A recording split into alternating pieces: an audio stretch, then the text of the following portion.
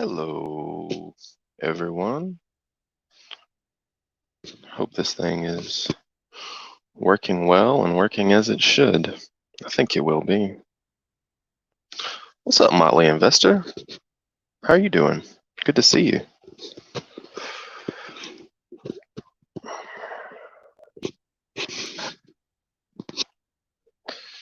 What's up, Esh Guitar? Yeah. Gotta milk the goats, right?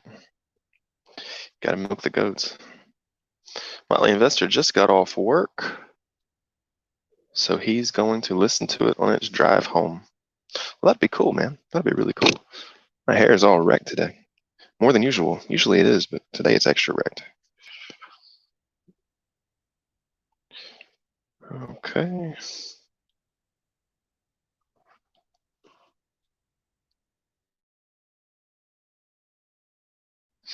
Hopefully we can get some of the Euro guys in here today. That'd be nice. We're going to talk about staking strategy today.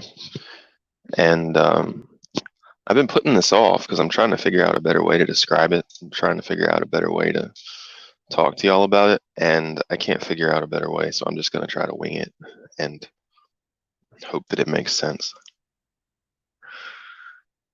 Yeah, good to hear you doing good.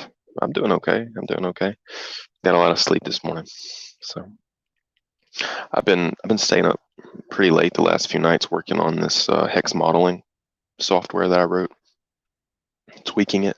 It's got some really cool math in it too. I love it. It's some of the coolest math I've done in a while. And yeah, so I've been staying up. I stayed up to like 4 o'clock the other night working on it. And anyway, it's been pretty cool. What's up, Archie S? I'm glad to see you here. Glad you're here. UK in the house. Good. I'm glad the UK guys can come in. What's up, Johnny Sachs? What's going on, man? Just enjoying the super hot Mississippi weather. Super hot. Yes, we need these Euro guys for day 300. That's exactly right. We got to have every last ounce of firepower. And those guys, those Euro guys, they know a thing or two about war. They've been in a few wars in the last 100 years, so we could definitely use them on our side. No joke. Um, yep.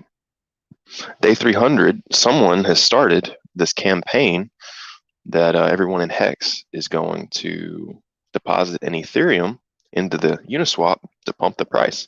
I don't know who started it. I don't know who's perpetuating it, but it looks like it's going to happen. So it seems like one of those situations where you may as well jump on board, right? Needs to get to 1.3 cents. Needs 20,000 Ethereum at current prices, today's prices. Now, if the price changes, if the price of Ethereum changes, the price of Ethereum goes down, then of course the raw monetary USD value is going to go down too. Okay. What's up, Fred Hirsch? How are you doing? Good to see you. Yeah, I'm always brainstorming. That's what I do. Never stops. Always brainstorming. We need the Asian people to help out with day 300 as well. I don't think there are any Asian people. That's why I kind of ignored them. I don't see a lot of people speaking Chinese or Japanese or any of the Indian languages or any of the Korean languages. I don't see a lot of that type people in HEX. Maybe they're in HEX, but I don't see a lot of them. So that's why I've kind of ignored them.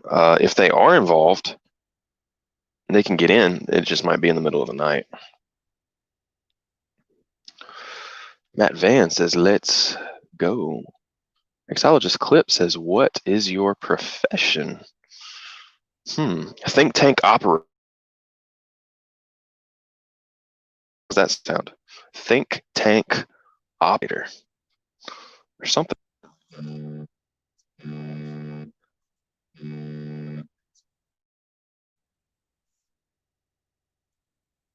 Culture says day 300. Prepare for glory. That's right. It's, I guess I don't know who started this. If someone who thinks that they started it wants to come forward, they can. I don't know who started it. It's just memeing itself into existence. It's coming alive on its own. Don't know who's doing it. Yeah, my mic cut out probably. Is my mic gone right now? Somebody tried to call me and my phone went wacky. Is my mic still off right now? What does it mean, whack? What does whack mean? What is whack? Does it work or not work? Does my audio work right now or does it not work?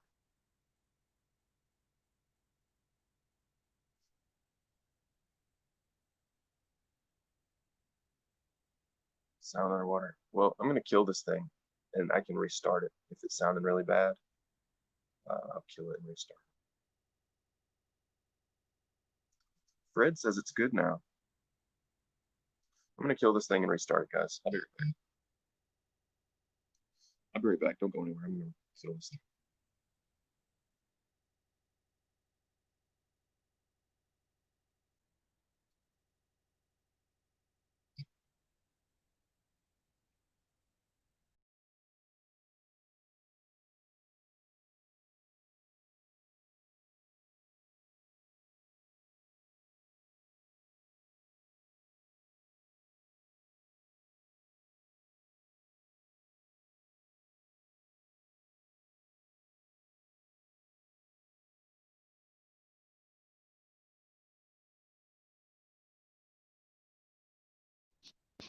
How do we sound now? Is it any better? You know, the best way to fix these things is to reboot. Reboot. If it's still bad, I will reboot. Hopefully it's okay though. If y'all can give me some feedback on it, I will, yeah, it's better. Cool. When at first you have a problem with a computer, reboot it. Always reboot it. Oh, someone is coming forward saying that they have been the creators of the 300 movement. Kooky Coacher says that this is his movement. Okay, interesting. Very, very interesting, guys. Well, if that is the case, it looks like we're in for a big couple of weeks. Big couple of weeks. I'm hoping I'm sounding okay now. Archie says much better. Motley Investor says you're golden. That's really good. Thank you guys for the feedback. Sure appreciate that. Okay. Comes and goes. Okay. Hexicans in the house. Much better, loud and clear. Hopefully I won't get any more phone calls. I guess I could put it on do not disturb mode. What is that? Oh, that's a good idea. See if this thing has do not disturb. I'm going to click it. Okay, I clicked it. Hopefully my audio is not whacked out. I just clicked do not disturb. Wow, we've got a good bit of people in here. We'll go ahead and get started in just a second. Hopefully the audio is still good. Okay. Cookie Culture says, I seen your tweet regarding 14,000 ETH would pump to a penny.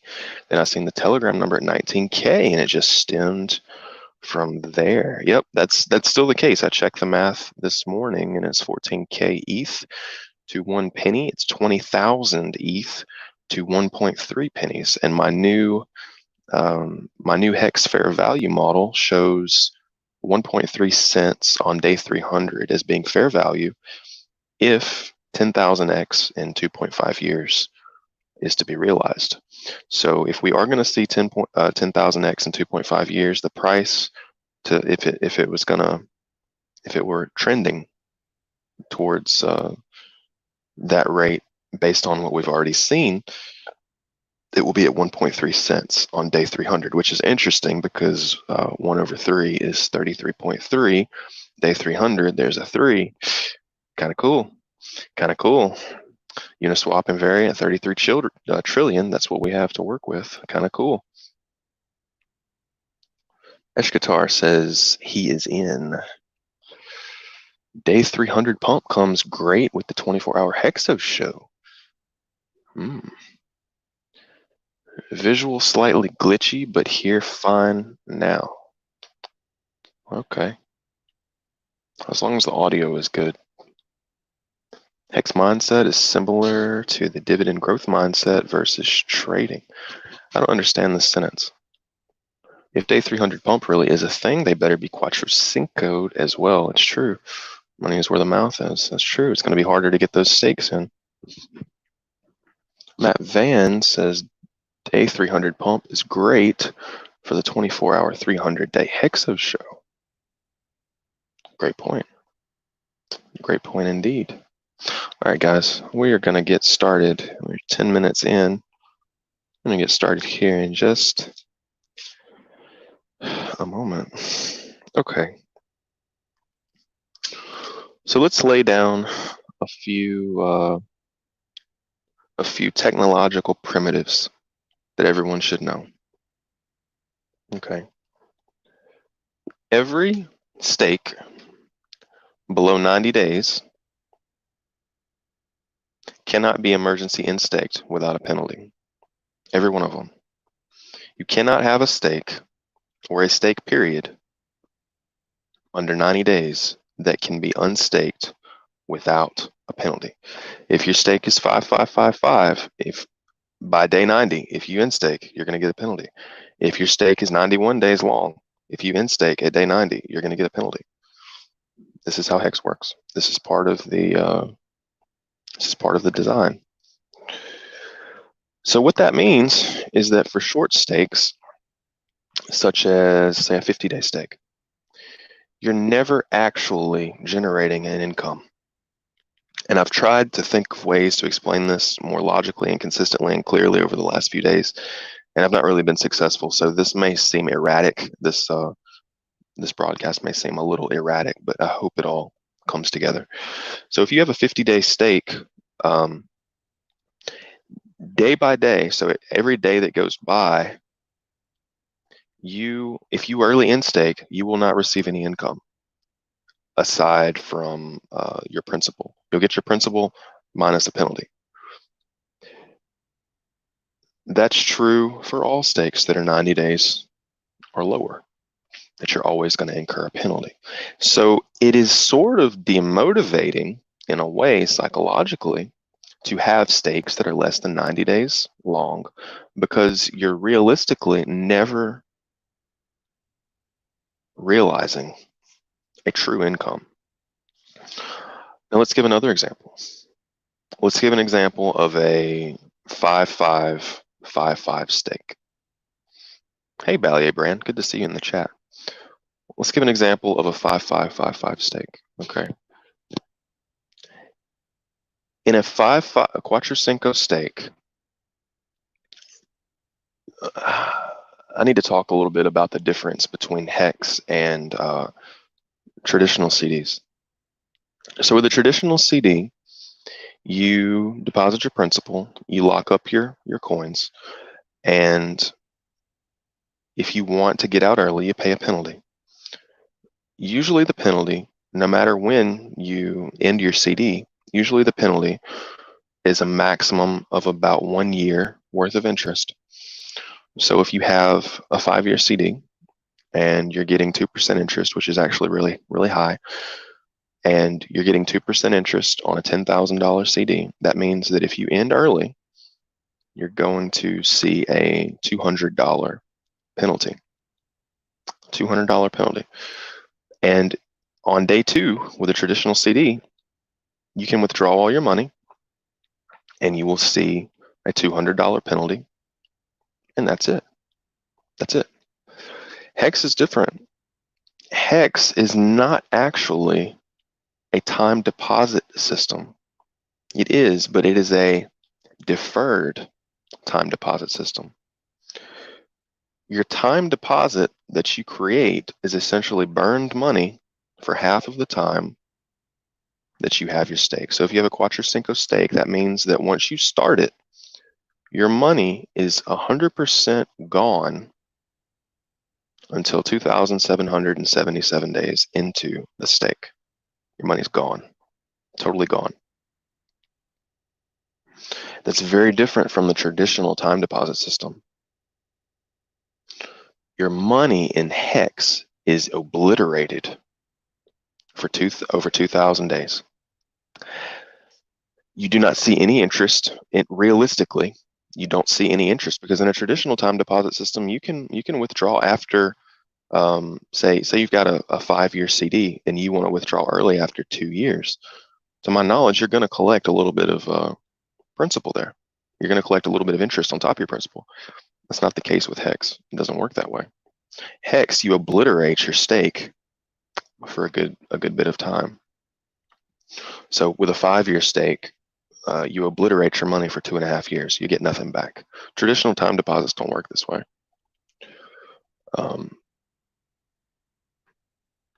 So let's step forward then. So I'll go back to the Cuatro Cinco example. Your money's gone for over 2,000 days. Now here's the kicker.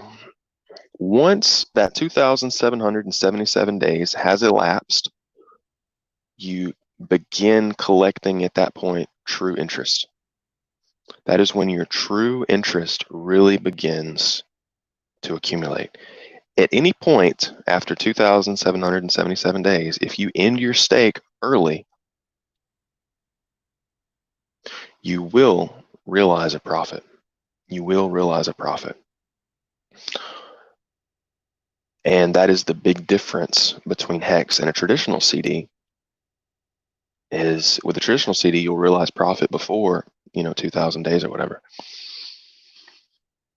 So here's the thing, and this I'm getting to the main point. At 2,777 days, every single day that you're sitting on that stake that you don't end stake, you're realizing real interest. So where I'm at, I'm in the Central Standard Time. And somebody comment in the chat, by the way, if there's anybody there. It's not moving. I guess people are just listening. That's okay, because I'm not reading it anyway, but just want to make sure the stream is going okay. Every day after that 2,777th day, you're getting real interest. So where I'm at, I'm in Central Standard Time. I'm kind of, I think my chat is broken. I'm a little unfocused right now. My chat is definitely broken.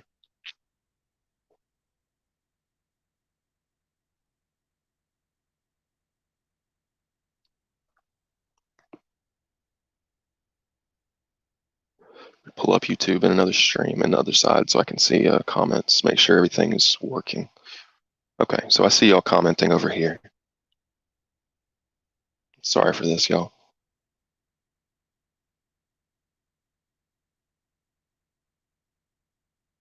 Okay, good deal. Yeah, chat's okay. Okay, it's working now. It's just StreamYard is slow. It's just got a big delay on it. Okay. So back to the points.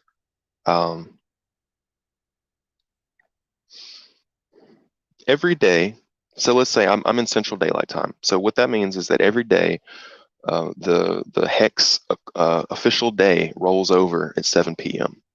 Okay, so that means every day at 7 p.m. you get paid. That's when interest payments come out every day in HEX. For me, it's 7 p.m. Now, if you're in New York, it's probably 8 p.m. If you're on the West Coast, it's probably, I think, 5 p.m. So that is the time that you collect interest. So here's the interesting thing about a Cuatro Cinco stake after you pass the 2,777 day mark.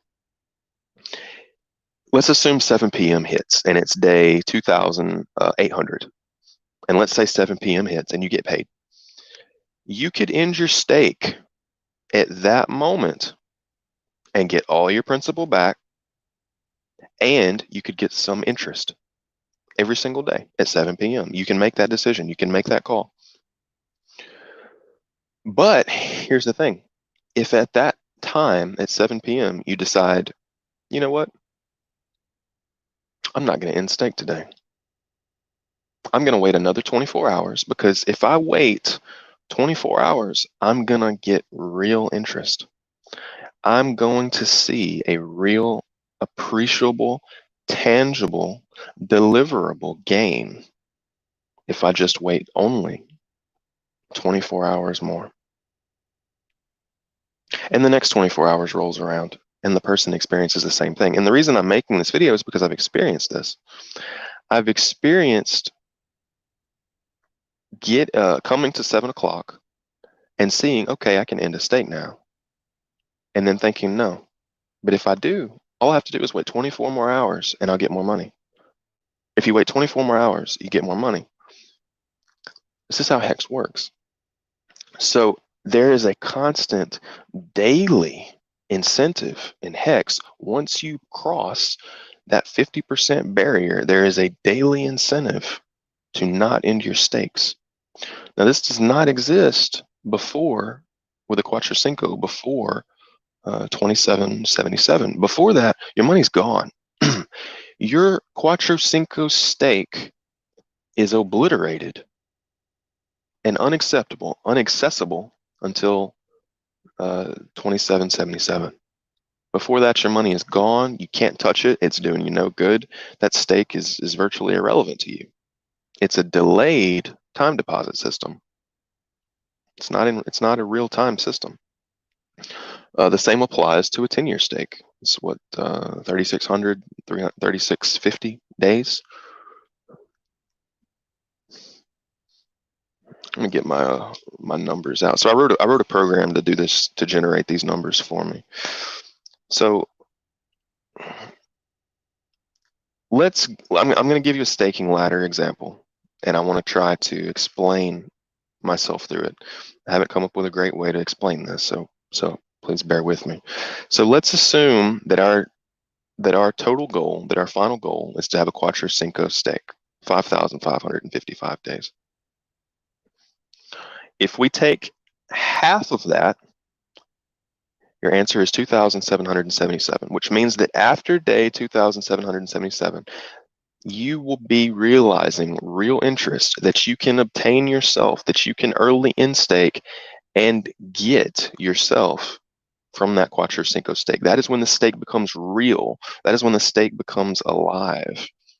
And that is when the motivation to hold day to day really amplifies, because you're seeing those daily accessible payouts that at any time you can take them and you get everything. Not the entire Cuatro Cinco steak, but all of the current interest to the day and your principal. You get it all back. Now, here's where this may get complicated, but I hope this makes sense. If you take that 2,777 day steak and you cut it in half again, you come out to 1,388. So what should ideally happen is you should always be experiencing real interest. You should always have a stake open that you could end at any time, and you would get real interest from it, and you would get your original principal back. And the only way to do this is through a 6-stake ladder if you want to have a Cuatro Cinco steak, which is interesting that it's a 6-stake ladder, because HEX is represented by the 6. So I'm just going to go ahead and kind of give let me see.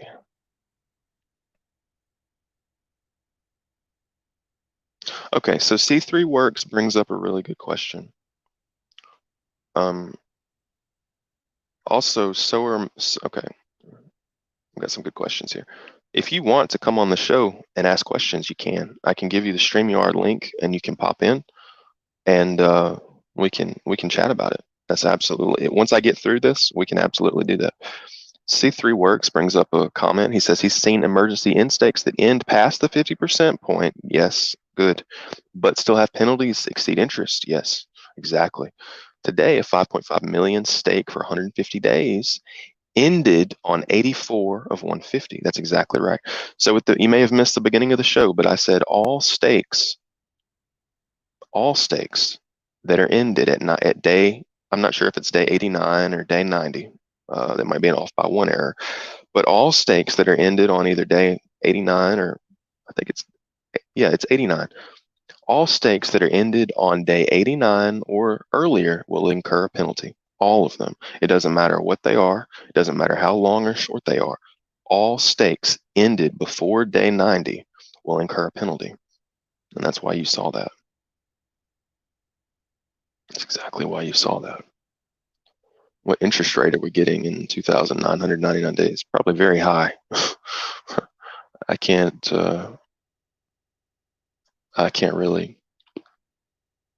speculate. Amiris Brown says, my mama said you don't look like a Mississippi boy. I'm not. I'm imported. I'm an imported Mississippi boy. My grandfather came here from Italy. So he came from Italy. So I'm not your typical German looking Mississippi boy at all. I definitely look different than the other Mississippi folks. Yeah, I am Italiano. So, okay, I'm going to give y'all a stake, and if this doesn't make sense, let me know. But I'm going to give y'all a series of stakes. Stake one is going to be 5,555 days because that's our ultimate goal, right? We want to get that maximum output. We want to get that maximum interest. We want to get that maximum bang for our buck. Stake two is going to be 2,777 days. Why? Because it's a perfect half of the 5,000 day stake. Stake three is going to be 1,388 days because it's a perfect half of the 2,777. Stake four is going to be 694 days, which is half of the 1388. Stake five is 347 days, which is half of the 694. And day six is 173 days, which is half of the 347. Now, why these numbers? Why these particular numbers? These numbers were chosen because they ensure that after day 90, you will always have a stake that is collecting real interest. That day to day, you can look at this stake and you can end it without incurring penalties. That's why these numbers were chosen, is so that you always have a stake available that can be ended that will not incur penalties all the way from day 90 to day 5,555. You always have the option to take delivery of a stake and incur no penalties. And in my opinion, after experiencing the staking system firsthand, that seems to be the most psychologically stimulating, comfortable type of staking system. And now here's the thing, your stakes that you've put in, everybody who's put in their stakes, your stakes probably already follow this model. You probably have a denser staking system than this. So this is the most sparse staking system that can be made while still having a stake that is seeing real interest daily. Most of you are probably staked either yearly or monthly or quarterly. And if you're doing that, then you're going to have more than one stake constantly incurring real interest. You're going to have multiples. You're going to have several stakes at the same time that you could end after day 90. That will eventually be able to be ended without incurring penalties. So I don't want to make this seem like you've done your stakes wrong, because you haven't. Your stakes are probably much denser than this set of six. So the point that I want to drive home is that it's good to ladder stakes in a way so that you are always in the position to take delivery of a stake of interest of a stake that's actually incurring real interest. I hope that makes sense. The reason I've done this video so late is because I haven't been able to find a really good way to explain it in a super clear way. So maybe this makes sense what I'm saying. Maybe it doesn't make sense. It's hard to explain. Yeah, so if you have monthly stakes, you're always going to have a stake uh, that's incurring real interest. You'll always have a stake after day, say 90. You'll always have a stake that you can end early if you need to, that you can end that will incur no penalties. And every day you will have the motivation to not end that stake. Every day you will have the motivation to look at that stake yet another day. You'll say, 7 p.m. will come around or 0 UTC, and you'll think to yourself, why would I end this stake right now? If I wait another 24 hours, I'll get paid again. And then the next day will come, oh, if you wait another 24 hours, you get paid again. And to me, that is a strong motivation to be content with the system. And I advise, so of these 6 stakes, I think it's a good idea to have 3 of them each. So to not have everything, only 6 stakes only, I advise having 18. So just having 3 copies of each one so that if you do eventually need to unstake, you'll still have backups. I'm probably going to end up writing a Steemit article also that kind of lists these numbers out, so it might be a little easier to understand, because I feel like I'm not explaining this very well. So I'm going to end up trying to expound upon this in an article for sure. Yeah, so with a year-to-year stake, eventually you're gonna always have a stake that's collecting real interest, that's seeing real gains. But right now, all of those stakes are not seeing real interest. Right now, you're still trying to catch up to the point where you're not going to get a penalty. So anybody with a 1-year stake, let's say that you started a 365-day stake, you're not going to start. Well, you've already started incurring real interest. So you would have started incurring real interest after day 180 if you started staking on day 1. Let's say you have a 2-year stake. You won't start seeing real interest until day 365, until 1 year has already elapsed. So your money is essentially in a 2-year stake is burned for a year. It's gone.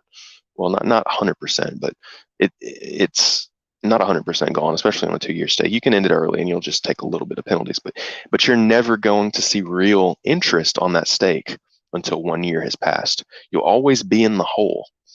So any stake that you make past 90 days, until you hit the 50% point, you're in the hole. You're not getting anything out of it. It's just sitting there not doing anything for you. And it's an opportunity cost. It's a sunk opportunity cost until that 50% point is hit. And once that 50% is hit, then you start getting the good gains, the real gains. And if your stake is very long, like a 5 stake, when you hit day 2777, you start getting serious interest daily. You can't realize it until you end the stake, but it is just a psychological kind of a boon for people. It's kind of like a candy every day. Every day you see your real interest coming out. Unhexable says, "What's up, GT? What's going on, Unhexable? How you doing? Hope your day is going well. It's going okay. Had a late start. What are your thoughts on short-term staking whales, 1 million for 7 to 30 days? Do you think it will start to have an impact on BPD as we get closer?" Well, here's the thing. All of these 1 million plus stakes that go for 30 days, you can't early in-stake those without incurring a penalty. You can early in-stake them, but you'll always get a penalty. So those stakes, in my opinion, are more solid than for the long term. They have a higher chance of running to completion than other stakes, because they can't end early without a penalty. Can't be done. Do I think that it's going to have an impact on BPD? Probably. I think that a lot of people are going to end up staking before big payday so that they can collect the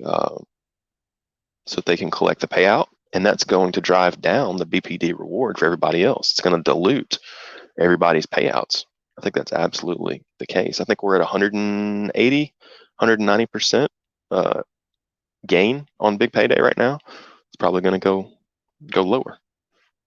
It's probably going to go lower. So it's close to a 3x right now.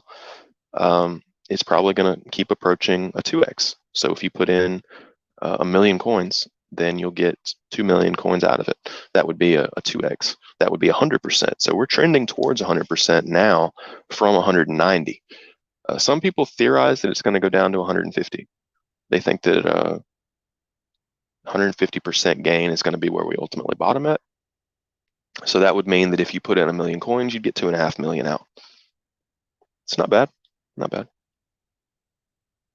Wolf of War, Chester says, can someone make a chart of these numbers? Yeah, I'm going to have to write an article on it because I'm not. This is going to be difficult to follow without having a visual representation. Let me see. I can show you my chart here. I have a chart drawn out. It might not be readable. It's probably not readable, but no, it's not readable. It's too small. That's what my notebook looks like. Just pages and pages and pages and pages of this stuff. I don't think you can read this, but there it says 5555, 2777, 1388, 694, 347, and 173. That will allow you to always have a stake that can be ended, and you'll receive no penalties. Very good psychologically, I think. And I advise making. So these 6 stakes are a superset stake, is what I'm calling them. It's best, I think, to have 3 supersets just in case you ever need to end one. You'll still have fallbacks. So instead of making 1 stake at 5555, I would say pay a little extra gas and divide that into 3. You're not gonna lose much on the bigger pays better bonus. You're gonna lose maybe 10% at the most, and I think it's better that way. I think it's better psychologically that way.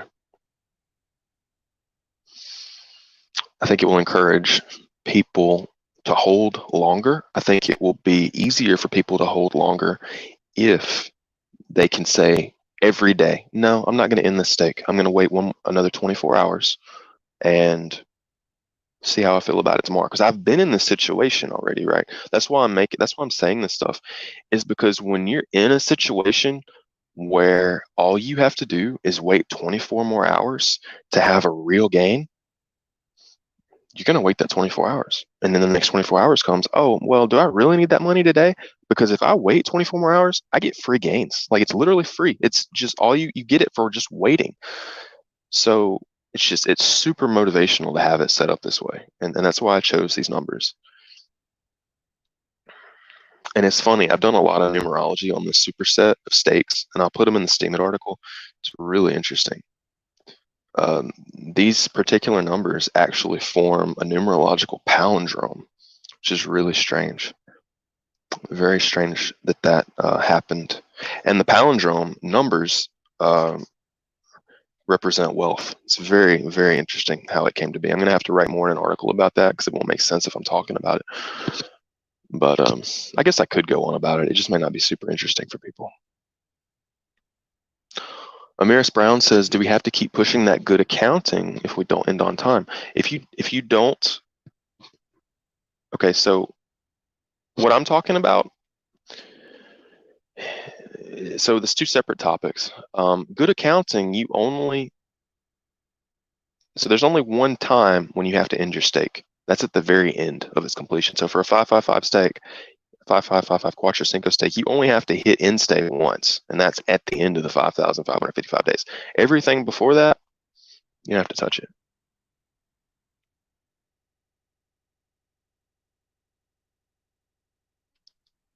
Lights Out says, I love the thought of constantly earning interest while you sleep. See, exactly.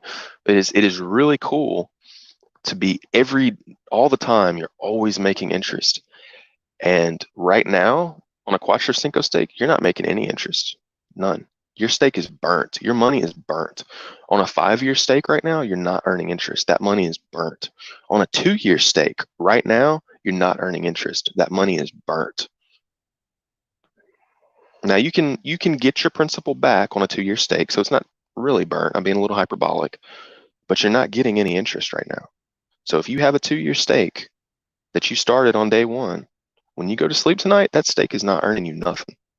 It's a sunk cost until 1 year passes. And then once 1 year passes, every single day while you sleep, you're earning interest. And you can take delivery of that interest at any time, but you got to wait until the 50% mark. This staking ladder superset example that I've given you puts you in a scenario such that after day 90, you're always earning interest while you sleep. Always. There are never any gaps using this model that I've created. And this is a minimalist model. It's only 6 stakes. For you guys that are putting in stakes every year, every month, you're exceeding this model. You're going to be collecting interest when you sleep on multiple stakes simultaneously. This one that I've put together is just minimalist. So if you've already done that, if you've already put your stakes in, if you've already got your monthlies in, you're good. You're going to be seeing the same effects, if not more, because you're going to be having multiple stakes that are getting real interest. Franklin St. Hex says, I understand what you're saying now. That's good to hear. It's good to hear. I hope it makes sense. It's hard to explain. I hope it makes sense. Amiris Brown says it's only an opportunity cost if you look at it that way. Not getting real interest sooner gives a chance to obtain cash flow in another dollar stream. I don't agree with this. I don't agree with this at all. I think that for the first half of a stake, it's an opportunity cost. It is that money is not doing anything. Now, the price of the hex might be appreciating, in which case you'll be making some money. But the first half of a stake is doing nothing. You get nothing. You get no interest. It's an investment. It's an investment so that you may get interest later in the second half of that stake. And if we want to, I guess we could argue dictionary definitions of what the word opportunity cost means, but that's not super interesting, so I'm not going to do it. Valley Brand says, I've got some monthly stakes that go for a few years. My stakes are very laddered, to say the least. So Valley Brand's going to constantly be getting, he's going to be getting interest. He's going to be making interest while he sleeps. He's absolutely going to see that. Amira says, delaying my real dividends buys me time to make money. I don't understand the concept here. Ballet Brand says, I definitely think it's worth the gas fees if you are constantly in the state of earning interest. You're stress-free. Exactly. I think it's worth, tripling your gas fees. If that's what it takes, that's what it takes, because you're always going to be earning real interest if you ladder your stakes correctly. Whereas if you end up getting one stake, let's say you enter HEX and you only do one stake, which is what some of these whales do. Some of these whales will come in and they'll put in one stake for 10 years, and that's the only stake they got. If you do that, you're getting nothing for 5 years. For 5 years, that money is just gone. It's a delayed time deposit system. Your money is gone for 5 years. Now they're going to be rewarded after the 5 years. They'll sleep tight after 5 years when they're getting those daily real delivery of interest to their stake. But before that, it's gone. Archie says video is a bit blurry today. Can't read. Oh man, that's no good. My bandwidth must be chewed up. If enough people say that it's too blurry, I can reboot my phone. It'll take a minute. If y'all want me to reboot, I can. AJ Create says, great advice, GT. Escatar, when GT gets a laptop, he can put those numbers up easier. That's true. Gary Poss says, my earliest stake expires on day 600. Yeah, what that means is that on day 300, you'll start really seeing your real gains. Day 300, every day that goes by, you'll say, should I end stake today? Nah, we'll wait another 24 hours because you won't get any penalties. You'll be in a really good situation. Ballet Brand says, exactly. I'm definitely not like Litecoin Moses. Did Litecoin do daily stakes? I don't remember if he did that or not. But monthly stakes going out 15 years is working well. Yeah, Ballet Brand has exceeded the model that I've put together. He's good. He's going to have a lot of stakes that are going to be delivering real interest. See, most of you have already laddered your stakes in a way that's going to be conducive for you in the future, psychologically, you're going to be doing good. Most of you have done it this way inadvertently. This is just kind of an explanation, a deeper explanation of what we've already got. Archie says, happy to leave it and not stress, no worrying. It's what saving is all about. Long-term delay of gratification. Yep, that's the case. So, in my case, I've got some, I don't have any 5,555 stakes, but I've got like some 5,400 plus day stakes. And that's delayed gratification because we're not going to see anything positive from those until we're not going to see any positive returns from those from a raw hex perspective until after well after day 2,500, which is a pretty long time. Vince Chang says, this reminds me of the Sanford marshmallow experiment, the psychological study of delayed gratification done with kids back in the 1970s. Interesting. That's really interesting, Vince.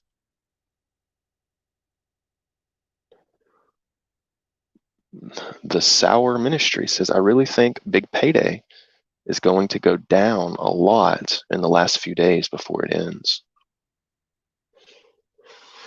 This is when shares will matter the most. Many people will stake just to get the payout, but shares will suck. Yeah, I think that the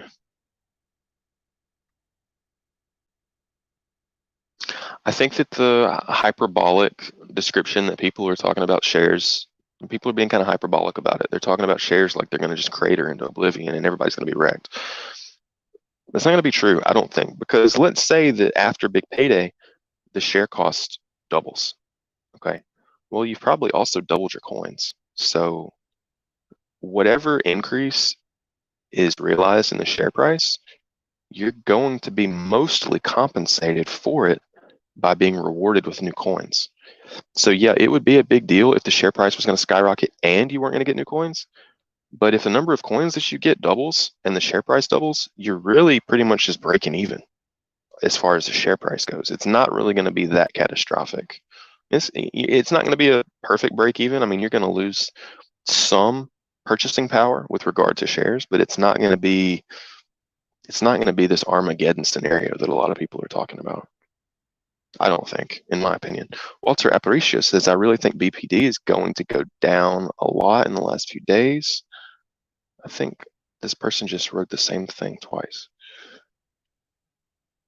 Lights Out says, Litecoin Moses is wild. Does Litecoin Moses really have daily stakes?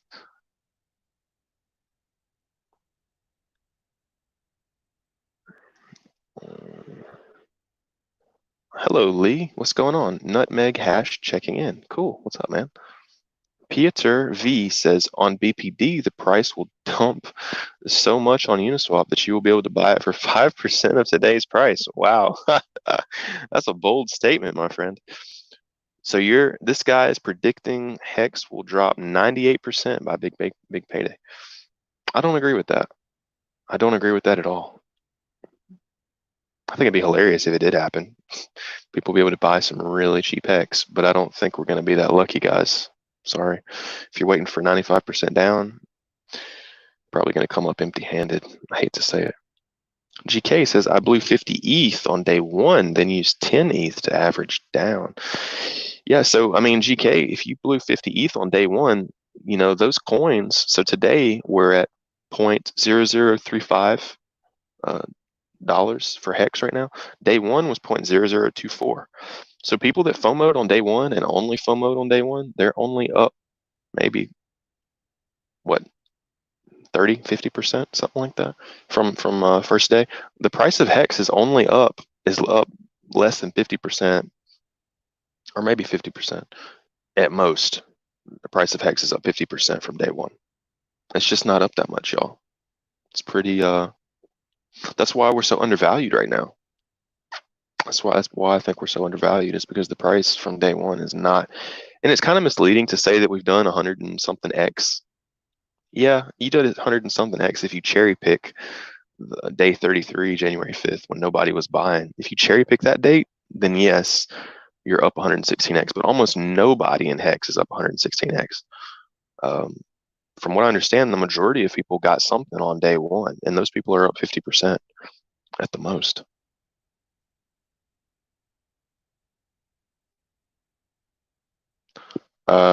You don't understand if you aren't dirt poor. I don't understand what. What are you talking about? You're not making a lot of sense. GK says, I live in England. I have onboarded 10 people into crypto and 2 into HEX. That's awesome. That's really good. You're doing your part, man. Archie says, it was only blurry when you showed your notes. No need to reboot. Okay. Thanks, Archie. I'll keep it going then. I'll keep it going.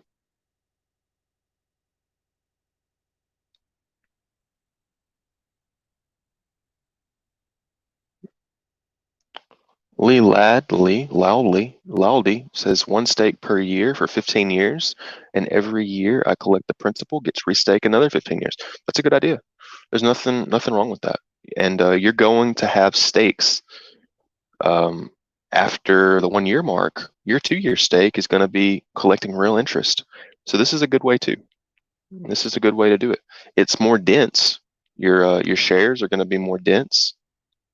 But that's okay. A lot of people like that. The example I gave was just the most minimal way to do it. The most minimal. A lot of people are going to want to have much denser stakes than that, either monthly or yearly. Valley Brand says, like when Moses mentioned, at least some of his stakes were daily. Wow. Unhexable says, can you elaborate on HEX being a delayed time deposit system? Yeah, sure. So with a real CD, with a traditional CD, for instance, let's say you get a 5. The maximum penalty that I've ever seen in a traditional CD is 1 year's interest. So technically, it's a delayed time deposit system as well. It just depends on how big the penalty is. So if you have a CD and you take out the CD for 5 years, and the terms of the CD say that if you end early, you have to pay 1 year's interest. Well, that means that for the first year, your CD is doing, you're just not actually realizing real interest, right? You're not actually getting anything out of it, because if you end at that point, then you have to pay them a penalty. Well, HEX is the same way, except amplified. In HEX, there are some stakes that if you end them early, the penalties will be so harsh that you lose everything. That doesn't exist in the real time deposit system, in the mainstream finance. You can't make a CD in real finance where the penalties are so harsh that you lose everything. It doesn't happen. And you're also not making a lot of interest on those either. The risk to reward is very different from what we see in HEX. So with HEX, you put down your time deposit and then you may start realizing interest later. But for a period of time, you get nothing. You don't actually start generating interest in HEX for a while. For an example, with the Quattro Cinco stake, you don't start generating real interest until day 2777.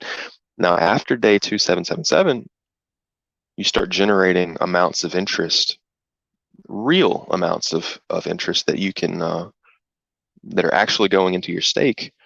You start getting very, very large. And if I had to really think about it, I mean, it could be APR 1,000% a year or more. I'm just thinking out loud, but I mean, that's probably low.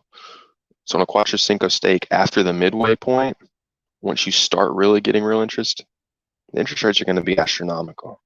I mean, 1,000% is not, I would say, is probably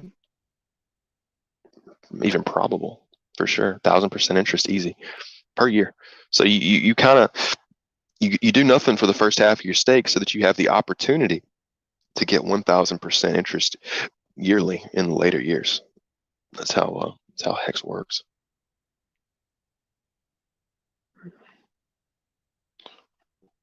Brad Anderson says every day there is a new 5555. Cool.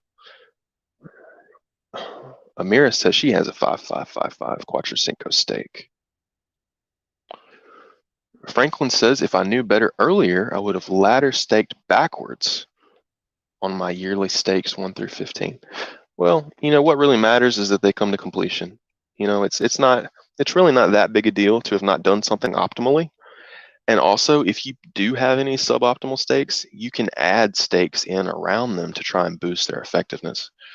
It's certainly possible. So there's anybody who has stakes out right now, there's nothing wrong with your stakes. You can't have a bad steak. I mean, it's not. They're all good. All steaks are good. Some are just better than others. The only situation in which you have a bad steak is if you staked for a shorter period than you can handle, or than that you have the ability to handle. So if you have the ability to handle 5-year steaks and you can stomach it and you can handle the psychological effects from that, if you can handle a 5-year steak, but all your steaks are for 2 years, that's a bad steak. You've done yourself a disservice.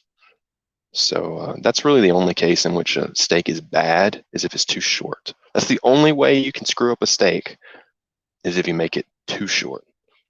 Now, some short steaks are okay. So if you have, even if you do have short steaks, you can put longer steaks behind it, and they kind of balance it out. It's not an all hope is lost kind of thing. If you've got short steaks, put a couple of big ones behind it, and it'll really balance out. And those long steaks are going to probably go a long way. So a little balancing will go a long way. Black Square says a hybrid strategy is the best for me. Monthly big ones every 3 or so years until year 10. Yeah, that sounds good. Zero stress. That's what it's about. Zero stress. It's about zero stress, but to take it a step further, it's about being able to look at your steaks daily and say, wow, I made real interest today. I got real gains today. To me, that's what it's about. I like that. I was walking around the other day and was in that scenario, and I just like thinking about it. Brad says, I like to stake in round numbers and then stake the change out long term. That's a good idea. Just if you have some dust, staking it out for 5, 5, 5, 5.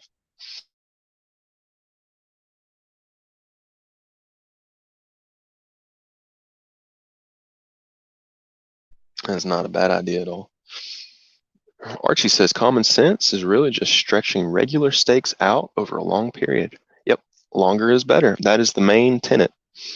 Longer is better if you can handle it.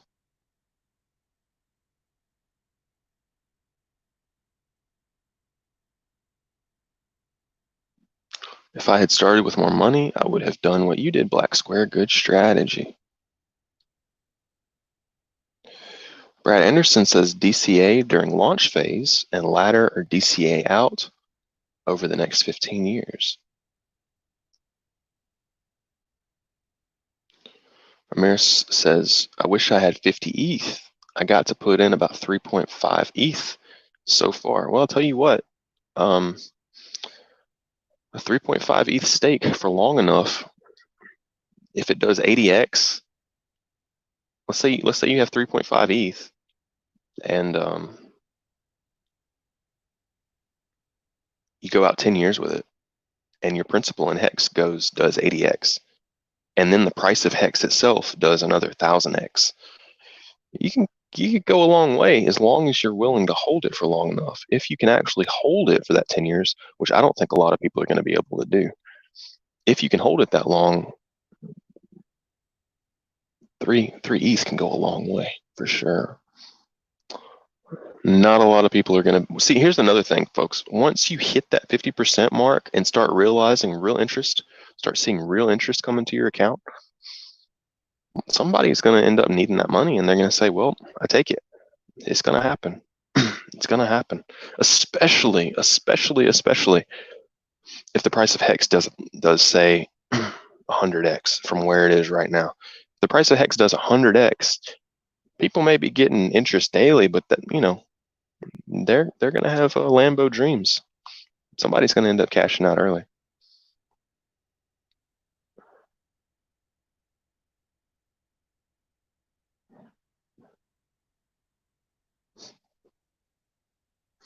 Mickey Mouse says total supply is increasing fairly rapidly every day. How high could the supply go?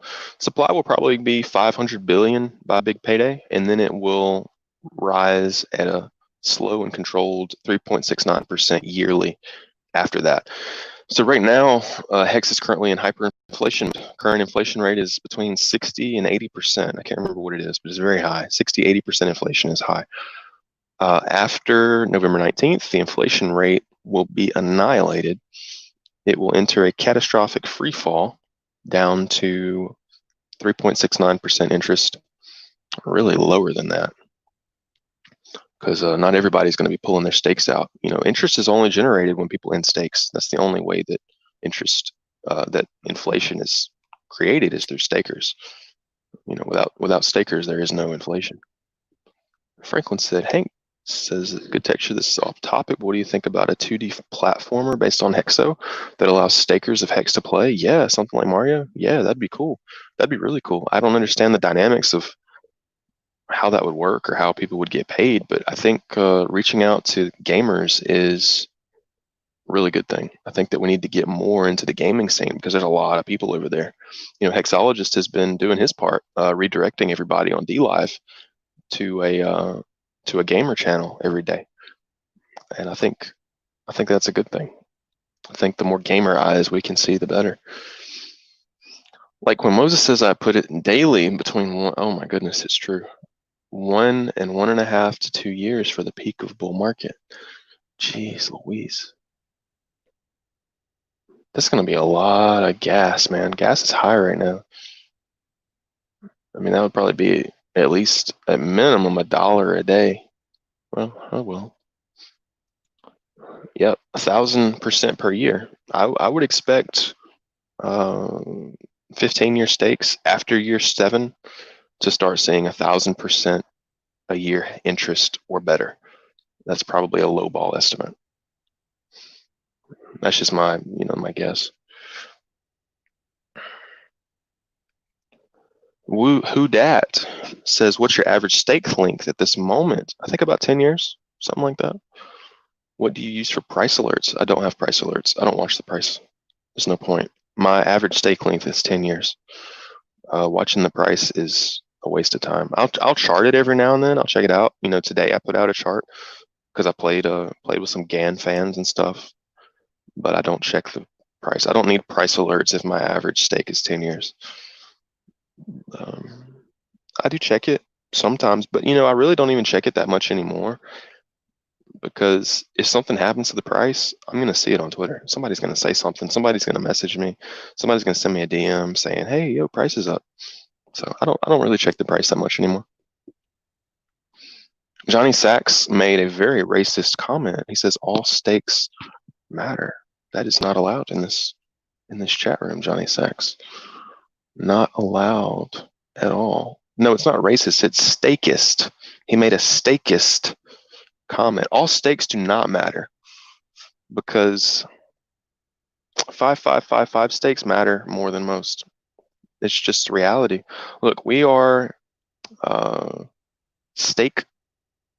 Cinco stake supremacists around here. Okay, we are stake supremacists. Cuatro Cinco stakes are better than short stakes. It's just how it is.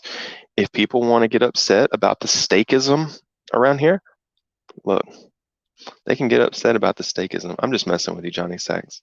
I'm not very funny, but that was my attempt at being funny.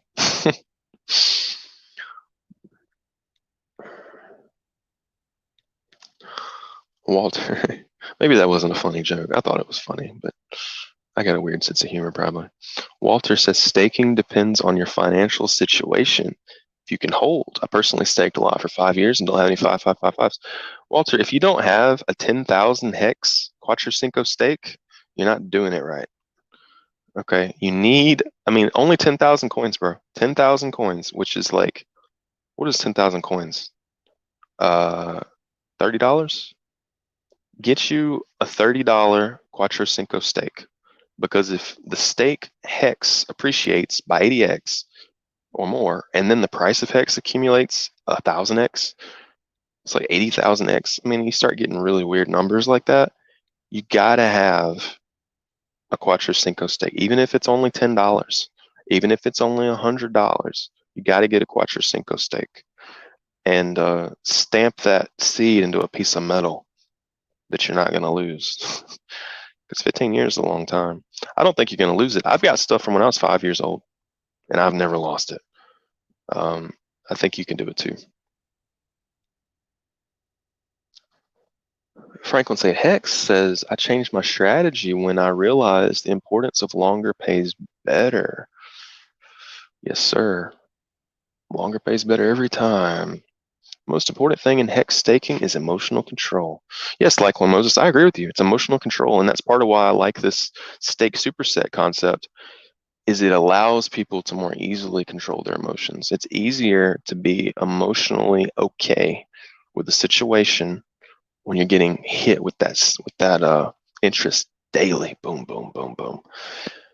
You're gonna have a really hard time ending a stake when you only got to wait 24 hours of doing nothing. You do nothing. You just chill for 24 hours and you get paid more.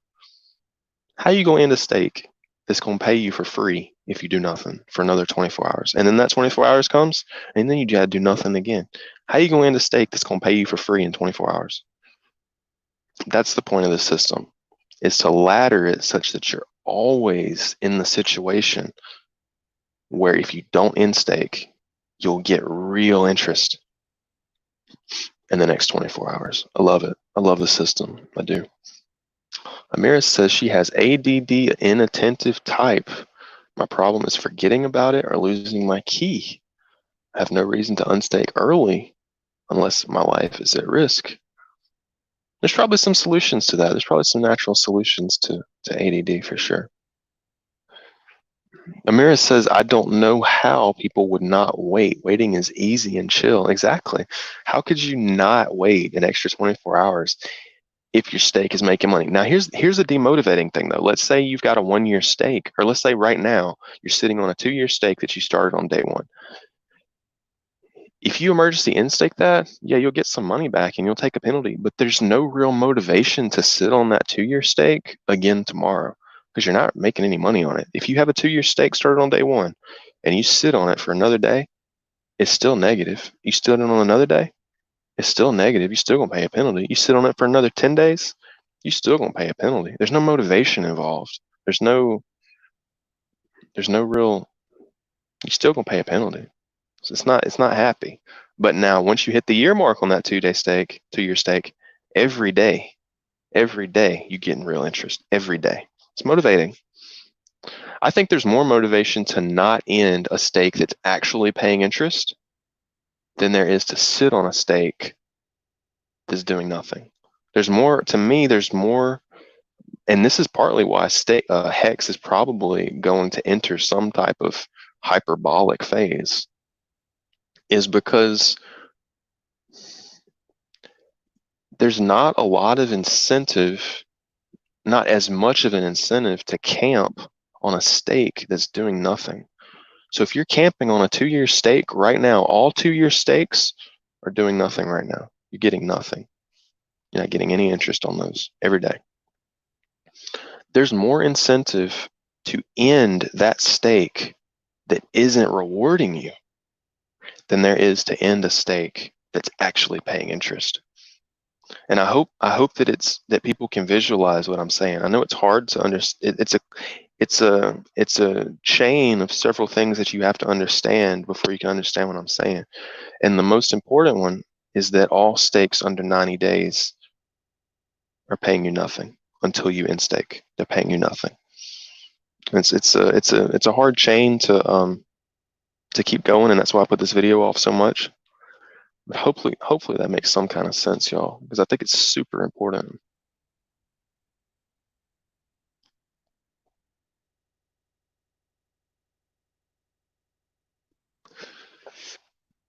I'm looking for my spot. I've lost my place. Where am I? Oh my goodness, where am I, y'all? I'm lost.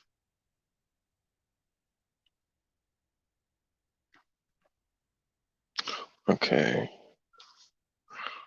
I'm still lost. Sorry guys, I'm trying to find my place. At least I didn't lose my comments. I just gotta find them.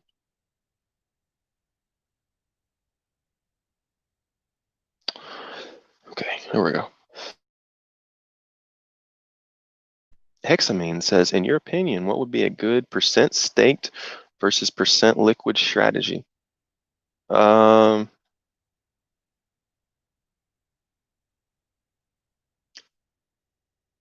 Depends on how much you believe in the project.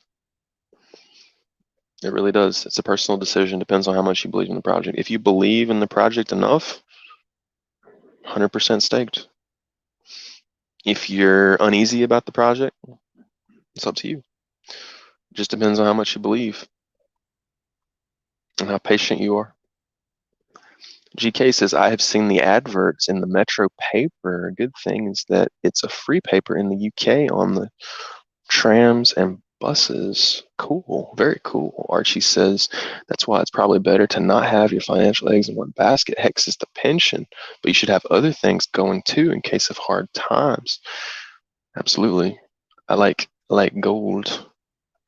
I like a little gold. I like to have something real. Cyber dust is cool, and that's what HEX is. It's cyber dust. It's dust in a computer. It's nice sometimes to have something real. I like both, because you're not going to get HEX gains off a necklace, folks. You're not going to get HEX gains off a necklace. I'm going to tell you that right now. Ain't going to happen. It's not going to happen. Necklaces are cool. They're pretty. I'm not going to see HEX gains from it, though. Joel Ramirez says, I want to see a 2x from here before we talk about 10, 100, 1000. Just stick around for a minute, Joel. You're going to get your 2x. Look, as close to a guarantee as I can make, I guarantee. You can only guarantee so much, right? I would be flabbergasted if HEX did not reach 007. That's a 2x from here is 007. I'd be flabbergasted if it didn't get there.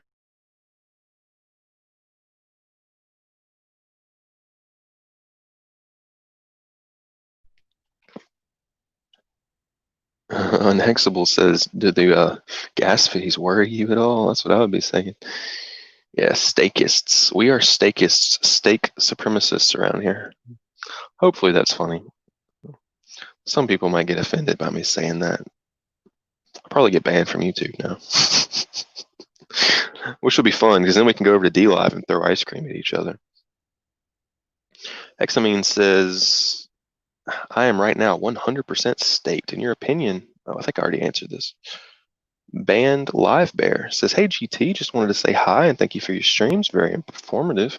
Wish I could be more active, but currently working. Hey man, it's good to have you here. It's good to have your input. If you're listening, you might learn something from what I'm saying, and then on the other side, maybe you can teach me something. It's always possible. That's the great thing about this community idea sharing is it's not just about me teaching y'all. It's about y'all teaching me. It's about us all teaching each other and moving forward. Ballet Brand says, I did a 1.3 million HEX stake for Quattro Cinco when I got into HEX early, and oh man, have I earned a lot of interest. No, you haven't. Can't wait to see what the future yields. You haven't earned any interest at all. If you end that stake right now, you'll get obliterated. You'll get nuked. You haven't earned anything. That stake, that 1.3 million HEX stake for Quattro Cinco is currently in the hole. It is in the hole until at least about 2,800 days have passed. Until roughly day 2,800, it's really 2777. I guess I'm just gonna say 2,800. Until day 2,800, that stake is in the hole, Ballier Brand. You ain't getting nothing. It may tell you that you're making interest, but you've got to think about the real interest that you're making. You've got to think about the real gains. And that stake is underwater until day 2,800. It is underwater. Amira says, if my memory serves me right, I have 100,000 HEX liquid in my personal wallet. That's a good amount of HEX, 100,000. You can do a lot with that. Unhexable says, I feel, sorry guys. Unhexable says, I feel much better not checking the chart all the time. I prefer to invest and not trade. DCA is the perfect remedy for long-term investors that wants to kick the chart habit. It's a good idea. I think Richard, sorry guys. I think Richard has some really good points when he talks about the negatives of trading. It's a good way to get wrecked, and it's just stressful. If you're doing stuff all day, it's not good to have to be focusing on something and then worried the whole time that your trade just went underwater. If you're outside cutting firewood or something, constantly wondering if your trade just went underwater. It's not a good way to live. It's not. Mickey Mouse says, sorry guys, I'm going to stand up for a second.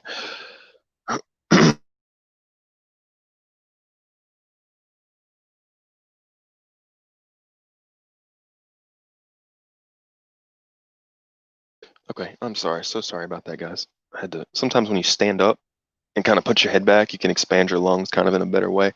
If your throat is getting stuffed up from talking too much or something, you can kind of clear yourself out a little better that way. Mickey Mouse says, "Do you think institutions and big funds will get into HEX?" I think that after HEX flips Bitcoin, they're not going to have a choice. I mean, if they're going to own, why would they? Why would they not own HEX? I think the real question is, after HEX flips Bitcoin, why will institutions hold Bitcoin? So the first question is, why do institutions hold Bitcoin? Okay, once you come to that answer, then you say, once HEX flips Bitcoin, do the reasons that institutions hold Bitcoin not apply to HEX? Why would they not hold HEX? I don't understand. Walter says, GT, you just took my whole story and squashed it. Yeah, your story's wrecked, man. Your story's wrecked. There's no excuse for anybody to not have a Quattro Cinco stake. And I shouldn't be telling y'all that because I've got Quattro Cinco stakes. I think I have more than one. Well, close to it. It's like 5,400 or something. But if I have Quattro Cinco stakes, it's going to do me better if y'all don't stake that long.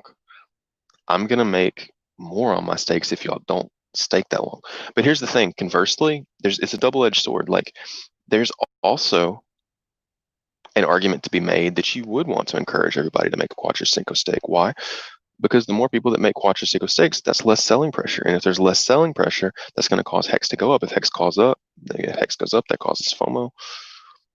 And I think that we may see less selling pressure after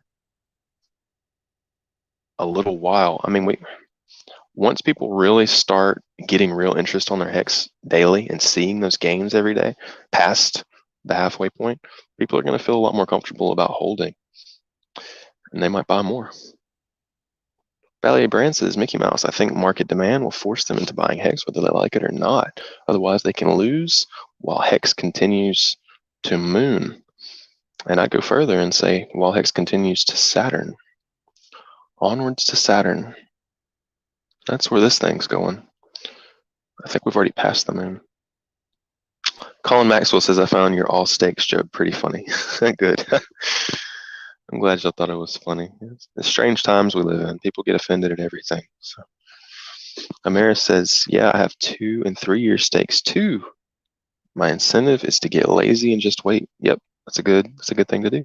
Franklin says, good texture from what I remember. There were a couple of big long stakes early on. I think that these whales understood longer pays better before everyone else. Yeah, that makes a lot of sense. And I know the OA has some 10-year stakes, or what I would call a secondary OA. So the OA has secondary addresses, or I call them secondary addresses. These are addresses in which the OA directly sends money to. Some of those have early 10-year stakes. So it seems pretty likely that the OA knew what they were doing. Franklin says, even I thought the joke was funny. There we go.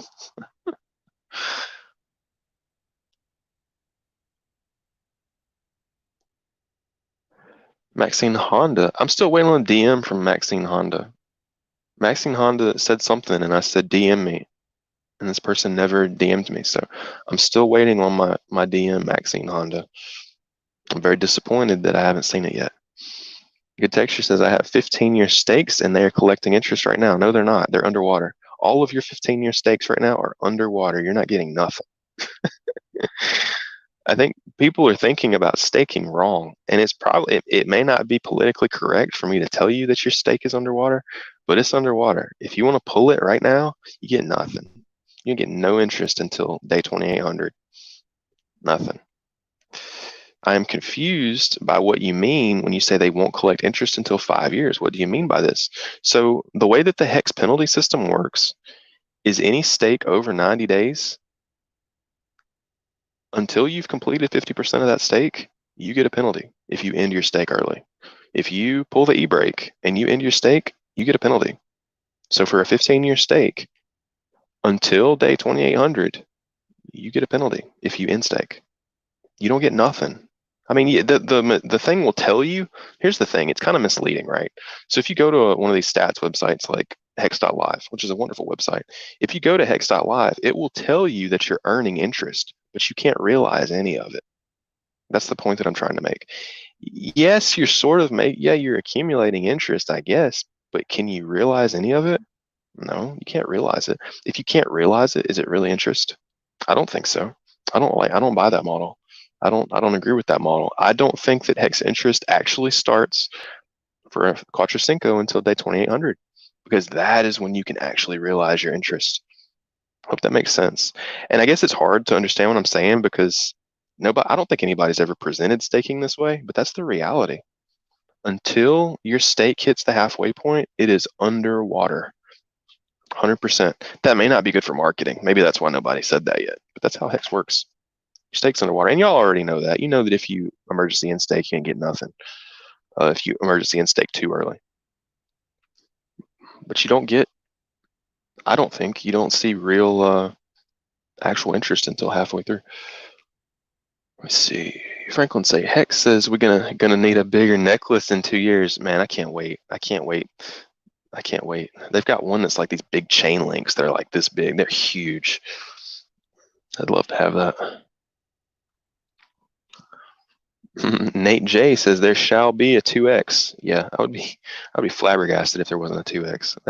That's impossible. Almost, not impossible, but man, the code was designed to go up. If Bitcoin can go up, Hex can go up. Upkick says I looked at in staking for longer and shorter stakes. Before 5% is done, you get zero back. After 5% of more or more, you get a huge penalty. Yeah, you get a huge penalty if you in stake early. If I mean, like, are you really collecting interest? Like, think about your bank account interest, guys. Think about this. Okay, let's say your bank account gives you 1% interest, and let's say that you have $1,000 in your bank account. Okay, if you're getting 1% interest, that means that per year you get $10 in interest. So let's take $10 divided by 365. I don't know what the answer is. It's probably like 3 cents.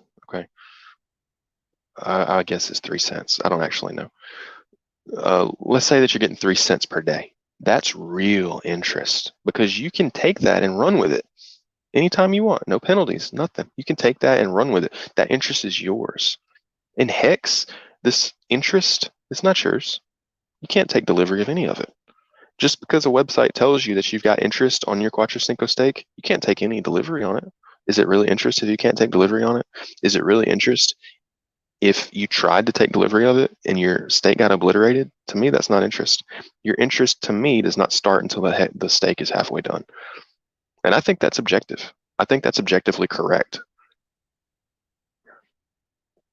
I think that interest should be calculated globally as a measure of what you would be paid if you took delivery on it that moment. That's your interest.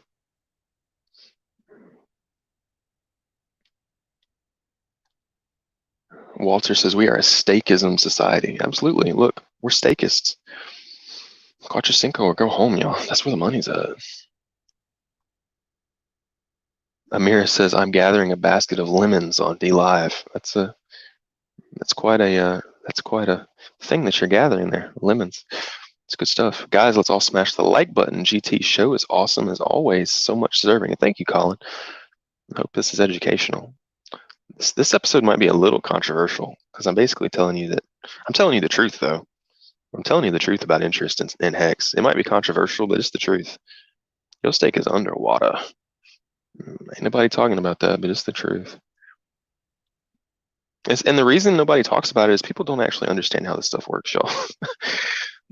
They take Richard's word for it, which is good. He's never lied. He's not lying to us. I've never seen anything that he said that was purposely deceptive, except for the fact that he says that Hex has currently done 110x. That's a little deceptive because nobody bought on January the 5th. That's a little deceptive. But other than that, I haven't seen any deception at all. So people just kind of take what he says at its word and without actually understanding the underlying fundamentals behind how things work. And people just don't understand. All your steaks are underwater. All of them. All of them that are at least, 2 years long. Any steak over 2 years right now for the whole ecosystem is underwater. No matter who you are, doesn't matter how much money you have, doesn't matter how big your stakes are, they all underwater. But you'll get rewarded in the end. You'll get rewarded in the second half. They won't be underwater forever. And when they come out of being underwater, the interest payments are going to be glorious, and it's going to be real. Value Brand says, good point. My point was after 15 years. I can't wait to see the interest that it will have gained given the share rate. Yeah, after 15 years, your stack's going to be humongous. He said I think he had 1.3 million. After 15 years, that's 100 million hex. So, I mean, it's mind-boggling to think about. Okay, if the price of hex goes up 100 million x, I mean, sorry, if the amount of coins that he has goes from 1 million coins to 100 million, that's already a big jump. But then let's assume that the price over 15 years has gone from less than half a penny today to over $1. It's the numbers are astronomical. I mean, they're crazy to think about. They're absolutely crazy to think about. It's an experiment for sure. It's going to be interesting to see what happens. The numbers are insane. They really are. Amira says, before I got my job to pay me in HEX, I traded to get my HEX up. I made out with more HEX trading. People have to know if they suck or not at trading. Yeah, and this is the downside of trading is you can make money on it. And when you do make money on it, it tricks people into thinking that they're actually good at it. And they keep trading and keep trading and keep trading. Eventually they lose money. That's the norm. Most people aren't special.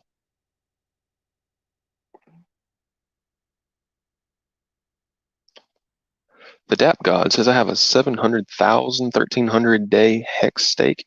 It ends. I'm getting a lot of divs. Yep, you sure will. Hex pays dividends.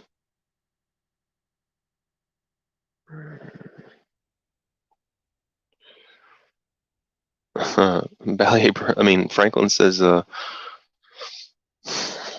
paper cash is going to be toilet paper. I think they'll outlaw paper cash before it crashes, before it becomes toilet paper. I'm pretty sure we will kind of go into being a cashless society long before the paper becomes worthless. Hex after BPD is going to be enormous. The shares are going to be massive. And I think more importantly than that, the inflation rate is going to be like just plummeting. There's not going to be any inflation. What happens when there's no inflation? While demand stays constant, price goes up. That's how it works. Ballet Brand says, I see what you did there. Love me some Saturn. Yeah. Like those pretty rings. Franklin says we should stop using the Moon Boy term and coin Saturn. That's true. Search says, what do you think about BPD crash? How long do you think HEX price will recover? I think that if HEX, I don't think it's going to be anything catastrophic. So I wouldn't worry about a BPD price crash. I'm not worried about it because the inflation rate after BPD, it's gone, guys. Ain't no inflation, very little. So it's not something that I'm worried about at all. Archie says it's an age thing on the Quattro Cinco. Those who are young should definitely have a few of them. I have a few, but I'm RG3 age-wise. Well, that's true. That's true. You got a point. If you're, especially if you're in your RG3, I think he's in his early. Well, I'm not going to give his age, but he's not an old guy. Y'all are not old guys. If you're RG3's age, you'll almost certainly live to see a 15-year stake for sure. GK, I have 12-year stake for my daughter's 18th birthday. That's a good dad. You're a good dad. Ballet Brand says, I plan on it. I have laddered stakes purposefully so I don't feel tempted to end stakes early.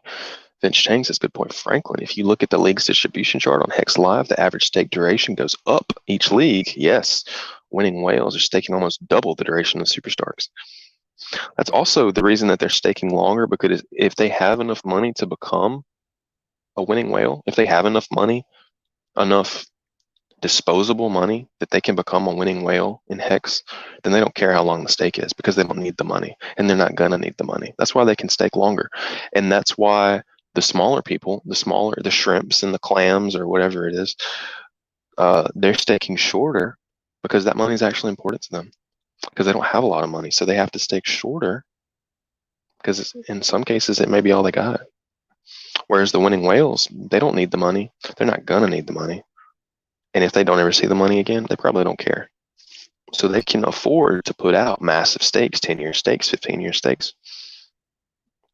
They're not going to need that money anytime soon. They don't care. Shrimpy don't have that luxury. Does it matter if I end stake before or after a whale's stake? No, I don't think so, because there's no guarantee that the whale is even going to let his stake run to completion. So if someone had, let's say that a whale has a 5-year stake, and more than two, and let's say you got a 5-year stake, right? All right, let's say that a whale, let me go this side. You get a 5-year stake. If a whale gets to 50% completion, he's getting real interest. There's no guarantee that he's not going to end it.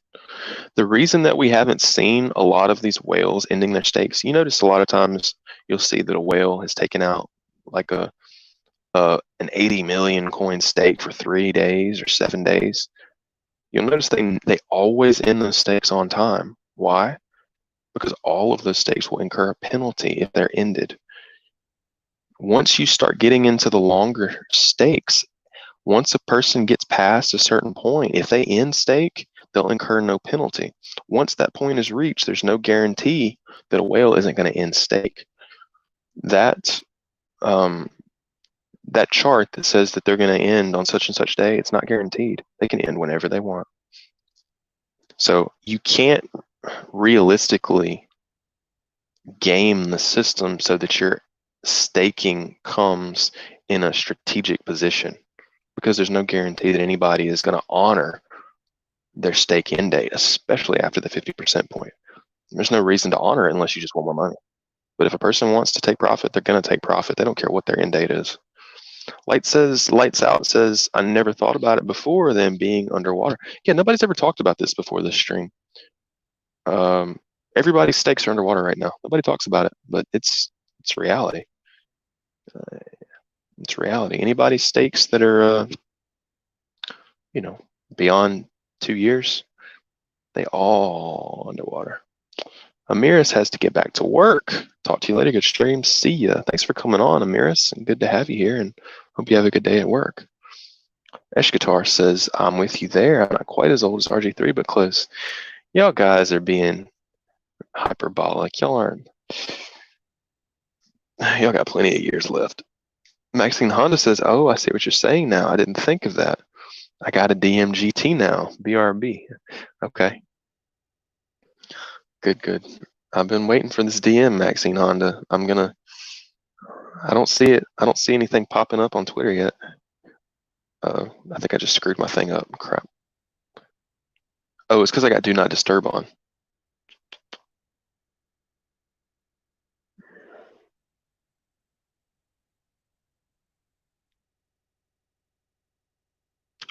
I'm turning my Do Not Disturb back off, and I'm getting a bunch of messages now. I got 47 notifications on Twitter and Telegram messages. I appreciate you, Motley Investor, for the DM. I really appreciate your words, man. It means a lot. Yeah, Hex is complicated.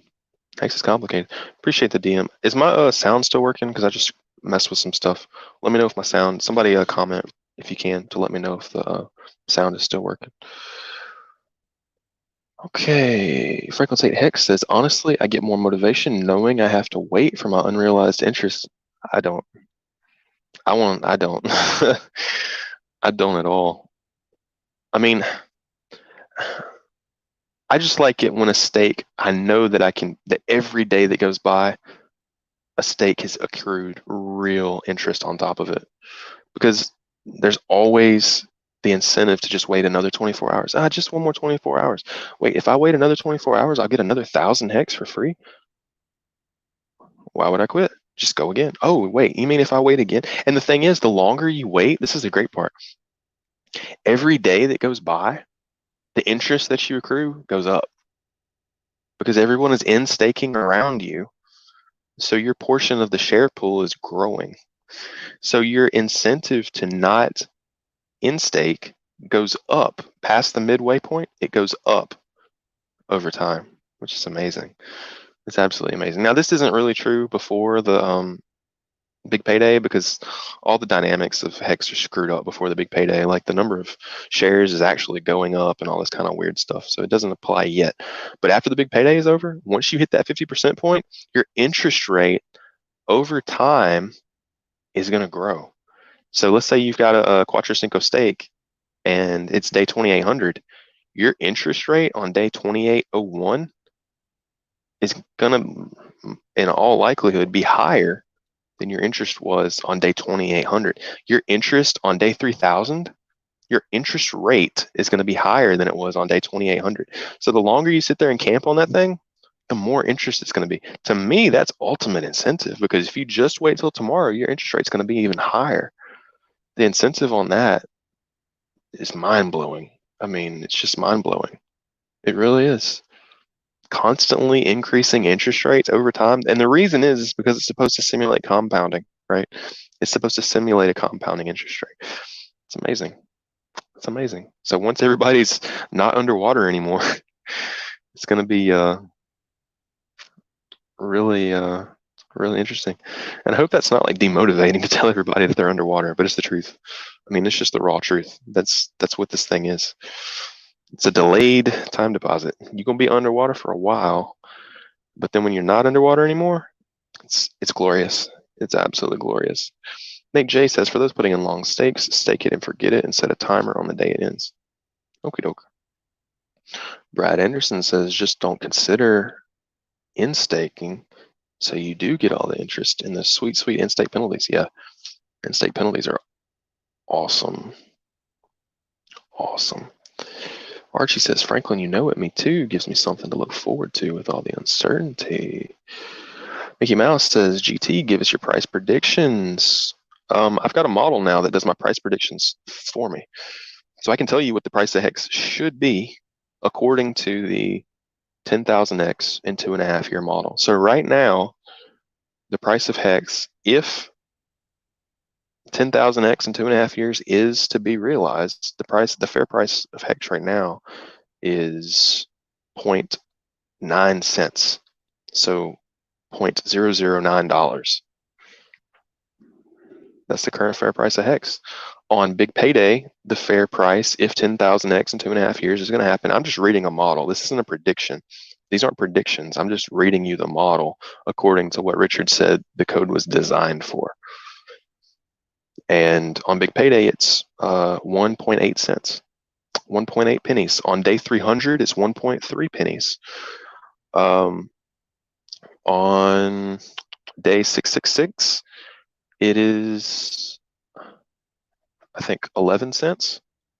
11 cents. And then on July 5th, 2022, it is 56 cents. So those aren't predictions. That's my model. That's my model talking. If 10,000X in 2.5 years is going to happen, that's what the price should be. So if that's what the price should be right now, today, the price should be just shy of a penny. So if you believe that 10,000X in 2.5 years is going to happen as the code was designed, then to you, HEX is currently undervalued by close to 300%. Very undervalued. And this is how HEX works. So what HEX does is it goes sideways for a while and does absolutely nothing. And then it skyrockets to rebalance with the model. That's how HEX works. That's how it's always worked. And I don't see any reason why it's going to change that. It just does nothing sideways, and then it rebalances. And if it were to rebalance right now, it'd be about a penny, is what it is.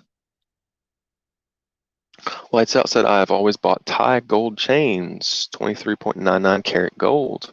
I'll be getting a big one as a gift to myself. 29, yeah, I guess 24 karat doesn't actually exist, does it? I guess it's all 23.99. I like Monet. If you want a Monet chain, please check out my referral link on Twitter. Crypto Orange said, you probably have mentioned this, but those last 5-year stakes will accumulate micro penalties for a lot of people who won't wait. Exactly. Those last 5-year stakes will accumulate micro penalties for a lot of people who won't wait the last few weeks, months. Yes, you will definitely get the penalties. Absolutely. Absolutely. And the HEX logo is designed for the modern world. The logo is enough to make your average person buy and stake. It is a good logo. Johnny Sachs says, I was just afraid of getting banned and was paying half attention when you called out the joke. I'm not going to ban you, Johnny Sachs. Am I that mean? Do I seem that mean, Johnny Sachs? I don't think I actually ban anybody. I think I time out people, but I don't ban anybody. Oh no, I lost my place. This is bad. Okay, there we go.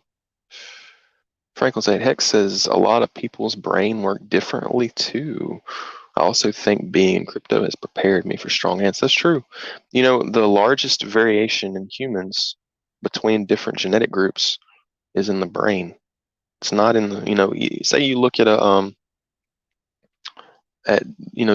different races of people. Say you look at a Chinese girl and you look at a Russian girl.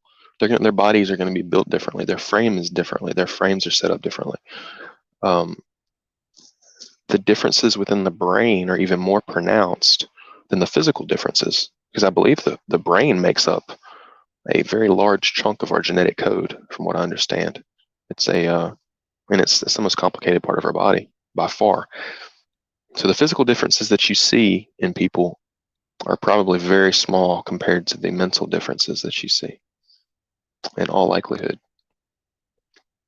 Gonzo says, because genetics make up thinking patterns. People think differently. Like you have a dog. Chihuahua is going to act mentally different than a German Shepherd. Just to have an example from the animal kingdom. They think differently. A Chihuahua may not be a good drug dog, whereas people are the same way. People are the same way. It's just how it is. I'm not going to ever win. Well, I'm not going to get off into that. I think I've already talked about that before. Brad Anderson says all humans are 99.99% similar in genetics. Exactly right. I hate it when people talk about everybody's different. Everybody's different. No, they're not. I mean, the differences that we do have between ourselves are significant in some ways, but we're still 99.99% the same, all of us. And when people say that your diet is different depending on what makes you feel good, everybody's different, that's total garbage. All horses have a wider range of genetic variability than humans, and all horses eat the exact same thing. Humans' range of genetic variability is small, it's tiny. Like we all descended from some people that survived a volcano or something. I mean, the gene pool has been narrowed significantly. There were some, in the last several 100,000 years, there have been some very, very, very dark times on Earth where the vast majority of everyone in existence died. And we are all the descendants of them. And our gene pool has been pretty tight. It's been pretty tight. It's tightened. You can look up mitochondrial Eve and see that we're all eventually descended from the same woman, and it's not that far back. We're all virtually the same. But even within that similarity, even within that 0.01% of dissimilarity, our brains do work. They do work different. There are differences. If there weren't differences, 23andMe would not be able to determine a person's quote unquote race, whatever that means. They would not be able to determine a person's race from their genetic code. You can tell if a person's from Russia or Africa or China just based on their genetics. So there's some similarity there. It's just not that big. I mean, it's not The difference among humans is just not that big. It's just not. I could probably have an entire episode talking about that, but it is what it is. Mickey Mouse says stake every year so you have access to capital if you need it. Oh.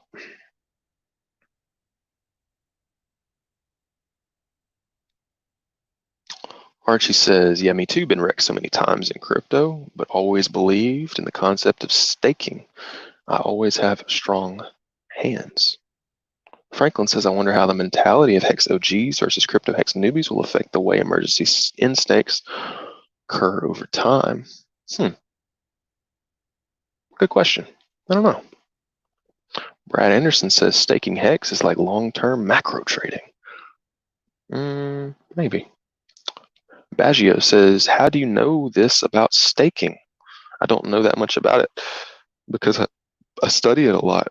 I probably study it more than you do. I sit around when a lot of other people are playing video games or watching porn. I sit around and, or not really sit around, but I'm probably out working on my farm or doing something else, but I'm probably actively thinking about shares or staking while everybody else is playing video games.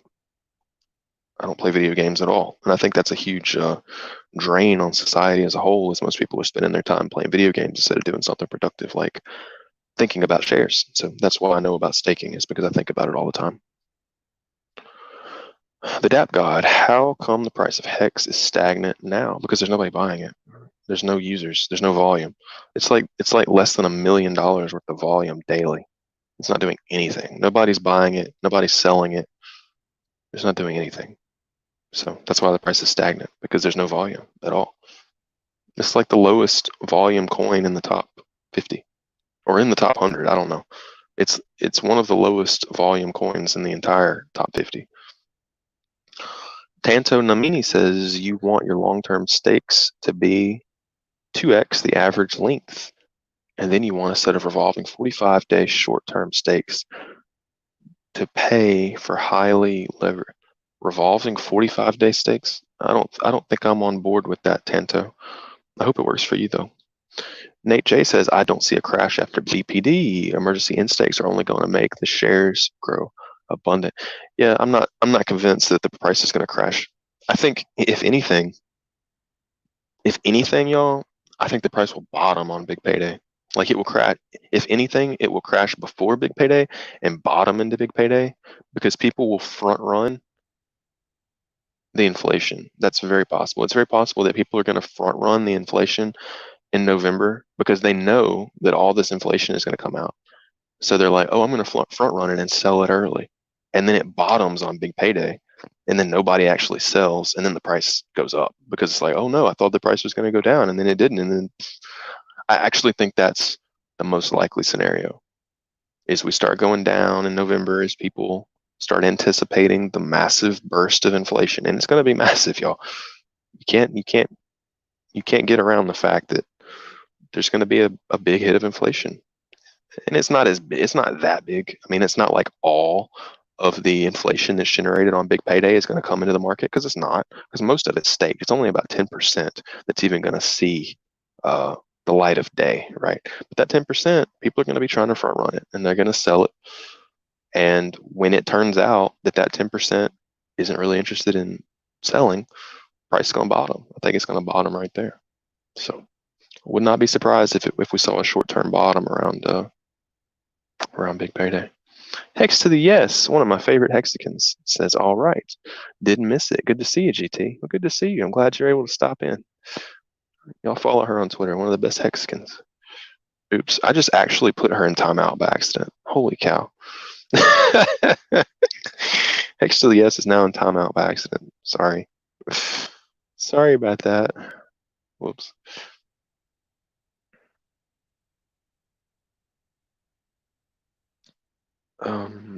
Okay, we've already been there.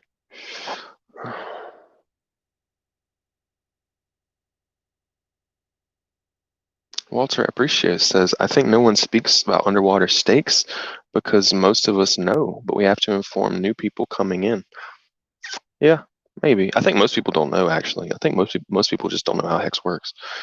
Most people don't know that when you stake, your stake is underwater for half the distance to the goal. Maybe everybody knows that, and I'm wrong, but I don't think most people know that their stake is underwater for half the distance to the goal.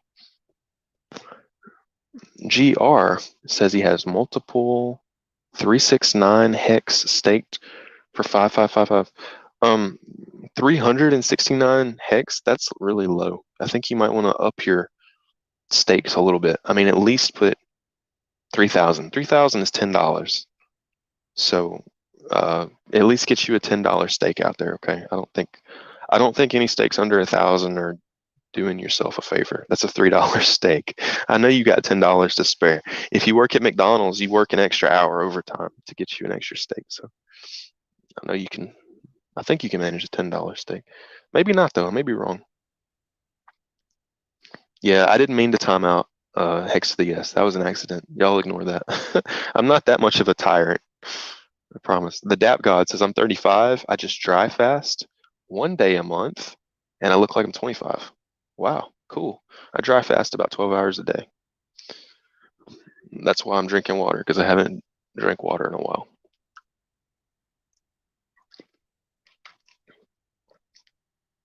If you see me drinking water, it's because I haven't had any in a while. Okay. Johnny Sack says Hex will be much easier after launch phase ends. Also, tools can be made to make things so easy. Yeah, it'll definitely get easier. I agree.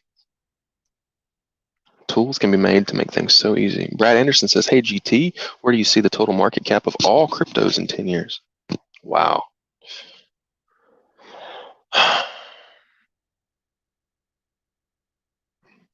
It would be easier if I was looking at charts. I don't, I mean, there's a lot of caveats to that. The market cap is measured in what? USD? You want me to measure it in USD? In 10 years, the USD may have collapsed. I don't know that, but it's very hard. It's very hard to 10 years is a long time for a currency that's total garbage, y'all. I don't know. I mean, of course it would be in the trillions of dollars, but that's not saying much. That's like a 3x from where we are right now. Yeah, I think the market cap of all cryptos will be in the trillions. But here's the thing. I think all national currencies by that time are going to be cryptos. So the market cap could be in the decillions of dollars by then. It could be more than 1,000 trillions, because by that time, national currencies will almost certainly be cryptos. And if you want to count them as a crypto, then the market cap will be, it'll eat everything.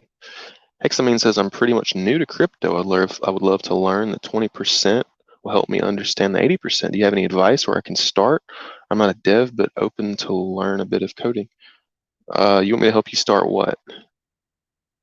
You want to learn about crypto? I don't know. People ask me this all the time. They says, how do you learn about crypto? I'm like, I don't even know where to start. I don't know what advice to give you.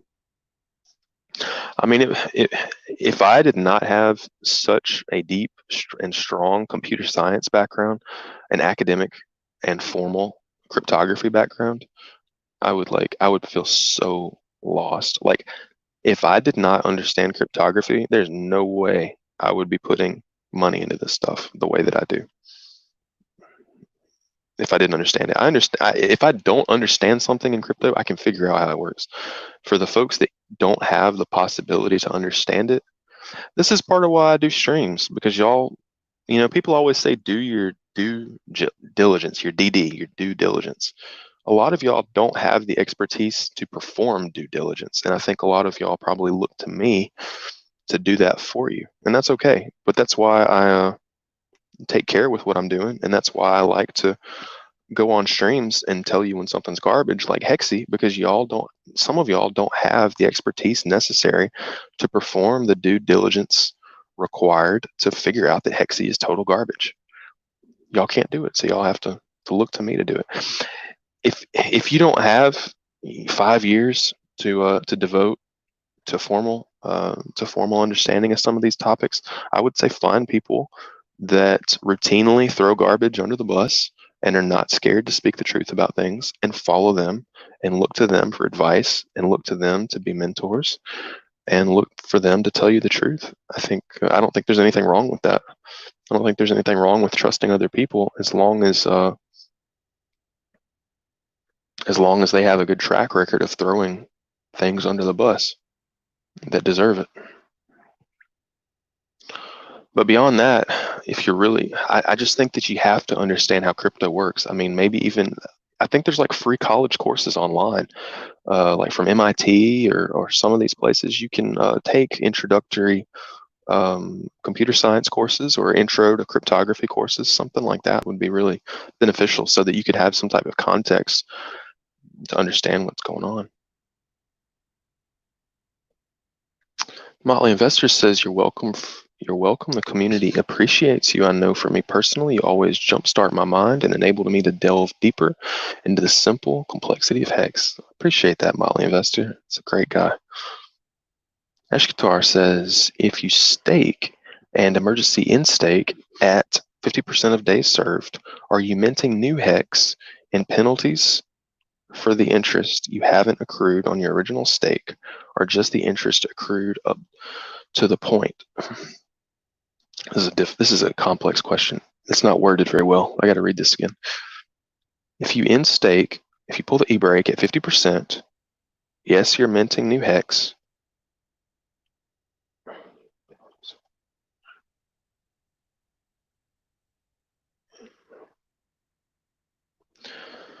Yeah, so you're going to get paid the interest. So if you end your stake at 50%, you're going to get paid the interest for the first half of the stake that you accrued, which is going to be less than the second half, right? So the first half of your stake's interest is going to be lower than the second half. Why? Because the second half, you're going to have more shares as a percentage of the total share pool. So you're going to be shorting yourself if you end at 50% because the good stuff happens on the back half. The back half of your stake. That's when the good stuff starts. The good stuff starts and you get all the good interest on the back half. So yes, you're, so yeah, you're still going to be paying penalties to the ecosystem. I just don't know how much. I don't know how much, but yeah, if you end at 50%, you're going to be paying penalties to the ecosystem and you're going to take delivery of the interest that you've accrued to that point. But you really want to let those things run because back half of your stake is always going to be better than the front half of your stake every time. And it's not like a little bit. It's a lot better. It's not even a little better. It's a lot better. Okay, McBreezy says, is there a grace period after you end stake date before you begin to accrue penalties? Yeah, 50%. Well, no. Oh, wait. Oh, no, I misunderstood your question. Sorry, ignore what I just said. No, there's not a, no, okay. When you start a stake, no matter what your stake is, no matter how long it is, the first 90 days, you're going to get a penalty, no matter what. No matter what. No matter how long. If your stake is 50 days long, the first 90 days of that 50-day stake, which of course, you know, that it can only go 50 days. The first 90 days of that 50-day stake gets a penalty. Every day gets a penalty. If you have a 500-day stake, the first 90 days gets a penalty. So no matter what, you got a penalty the first 90 days. From my understanding, I'm almost certain that is. Yeah, it's every stake.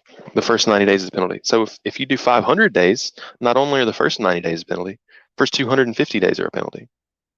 Right? So the longer your stake is, the longer you have to wait before your stake stops being underwater. The Motley Investor says my dense staking ladder will provide me with plenty of air, real interest while my stakes are underwater. No worries. Yeah. See, when you got these really dense staking ladders, you'll always have stakes that are racking up real interest. Brad Anderson says all humans. Wait, am I looping around? Franklin St. Hex says y'all are like my 30th cousins. Yeah, everybody's related. It's not that distant. Not that distant. Everybody's related more or less. There's differences. There's definitely differences, but there's a lot more similarities than there are differences, which is funny. It's just so crazy how people are. The similarities between people are just overwhelming, overwhelming. And then the differences are just microscopic, and people want to focus on the differences. It's hilarious. Mickey Mouse says, smash the like button for GT and Hex. Yeah, y'all go ahead. Please do. Franklin says GT is awesome. I appreciate that, Franklin. You're awesome too. Brad Anderson says, no Hex to the yes. You're not still in timeout. Sorry about that. Sorry about that. Yeah, nobody posting the octagons here either. No octagons allowed. Brad Anderson says, what do you think about all these new non-audited DeFi coins? They're trying to copy Hex game theory. Well, there's this one coin that come out called PAMP, PAMP, and it's actually audited. I think it's like twice audited. It is a promise coin, right? And oh, y'all, Richard unfollowed me today because I've been talking about this PAMP coin too much. And I've been telling people it might be a scam. It might not be a scam. It probably is a scam because it's got a bunch of promises. And the devs have a backdoor into the coin, which allows them to change how the protocol operates. So yeah, it's not great. But I mean, if you know that up front and you want to throw $10 into it, it's whatever. But yeah, Richard unfollowed me today for talking about PAMP too much, I think. And it's got a couple of audits behind it, supposedly. A bunch of faceless devs, though. Look, it's faceless, but they're not. Most of it's already written. Like there's some future delivery promises of all this. There's promises, but anyway, it's up like 300% since I first showed it on Twitter. So I think that all of these DeFi coins that are coming out that are trying to copy Hex, like PAMP, like there's one called Una BOMB. I'm not going to say that word on my stream. There's Hex. There's all these true DeFi coins that are trying to be true DeFi, and they're all pumping on Uniswap, and that seems to be like the beginnings of the next bull run. Really looks really interesting. But I picked up some PAMP just because it's fun. I like watching this garbage pump. It's fun to me. It's just fun. But is it garbage? Dude, they got a backdoor into the coin. Okay, they got a backdoor. They can go in. Okay, so the thing about PAMP is when you're not allowed to sell the coin. If you sell the coin, you take like a 10% hit just for selling. If you move your coins to another wallet, you take a 10% hit. And every day that you don't sell, they send you more coins in stakes, right? It's interest. And it's cool. It's kind of like a little special ed version of Hex. But here's the thing, that penalty, that 10% sell penalty I told you about, the devs have a backdoor into the code that allows them to change that 10% penalty at will. So if they want to change it to 100%, they can. Nobody will be allowed to sell. They can pull a hexy. They could pull a hexy and send the coin to zero. I mean, it's it is what it is. There's a lot of this fun out. It's fun though. Franklin says, "What is the hardest part for you onboarding people to Hex?" It's too hard. Going from Coinbase, Ethereum to MetaMask to Uniswap. It's too hard. Too many steps. All the people I know that have money, too many steps. Too many steps. If somebody that I know that has money wants to do that, I have to walk them through it. And then if they ever want to get out, I have to walk them through it because they don't know how this stuff works. And they don't care. They got other stuff. They got multi-million-dollar businesses to run. They don't give a shit about MetaMask. They're trying to run a business. Yeah, they want to play with some poop coins they want to be able to, at their lunch break, pull up an app to see if they made any money that day. But they don't want to be involved in the communities. They don't want to be involved in MetaMasking and all this kind of crap. They don't care. They don't want all that. So it's too hard for people to get Hex.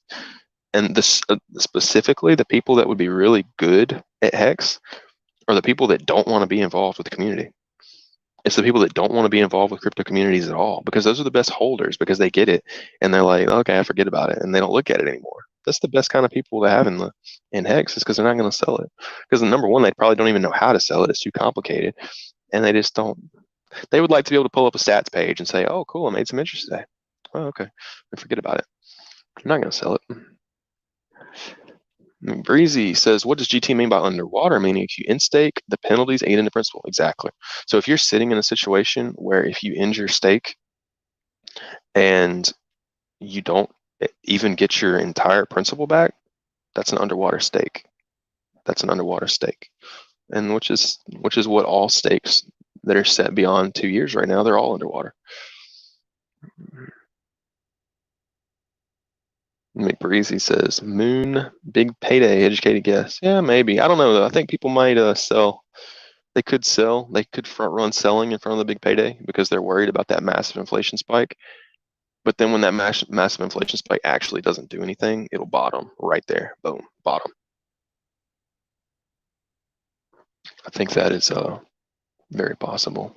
McBreezy says he's got 97 stakes open. That's amazing. That's a lot of labor involved in doing something like that. More labor than I want to do. Funky Fresh said, "What happened to your lemon juice?" Man, it started breaking me out. Like, a lot of people are allergic to citrus, right? So generally people aren't going to have access to citrus historically, especially year round.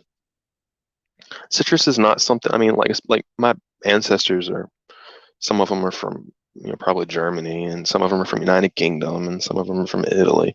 If you go to United Kingdom, there ain't gonna be no orange trees growing in the wintertime. Okay, so I don't think that humans are very well adapted to it. I think that the citric acid in it is good for cleansing the body and cleansing oxalates from the body and cleansing the kidneys and all this kind of stuff. But for me, the downsides seem to be outweighing the good sides. I think it might have been causing a little bit of inflammation in me, and I was getting some my skin just wasn't perfect. I know. See, now I know that if my skin is not perfect, that it's because I did something wrong. My skin stays perfect now that I'm not vegan. My skin stays perfect unless I screw something up. And like if I go to, let's say I go to Sonic Drive-In and get a milkshake, within a week or within days, my back will just start getting inflamed. I'll start getting spots on my back and maybe on my face and stuff like that. It's almost 100% guaranteed. And when I started, my diet is so strict that I can tell when I introduce something what it does to me, because I eat the same thing every day, and have eaten the same thing every day for quite a while.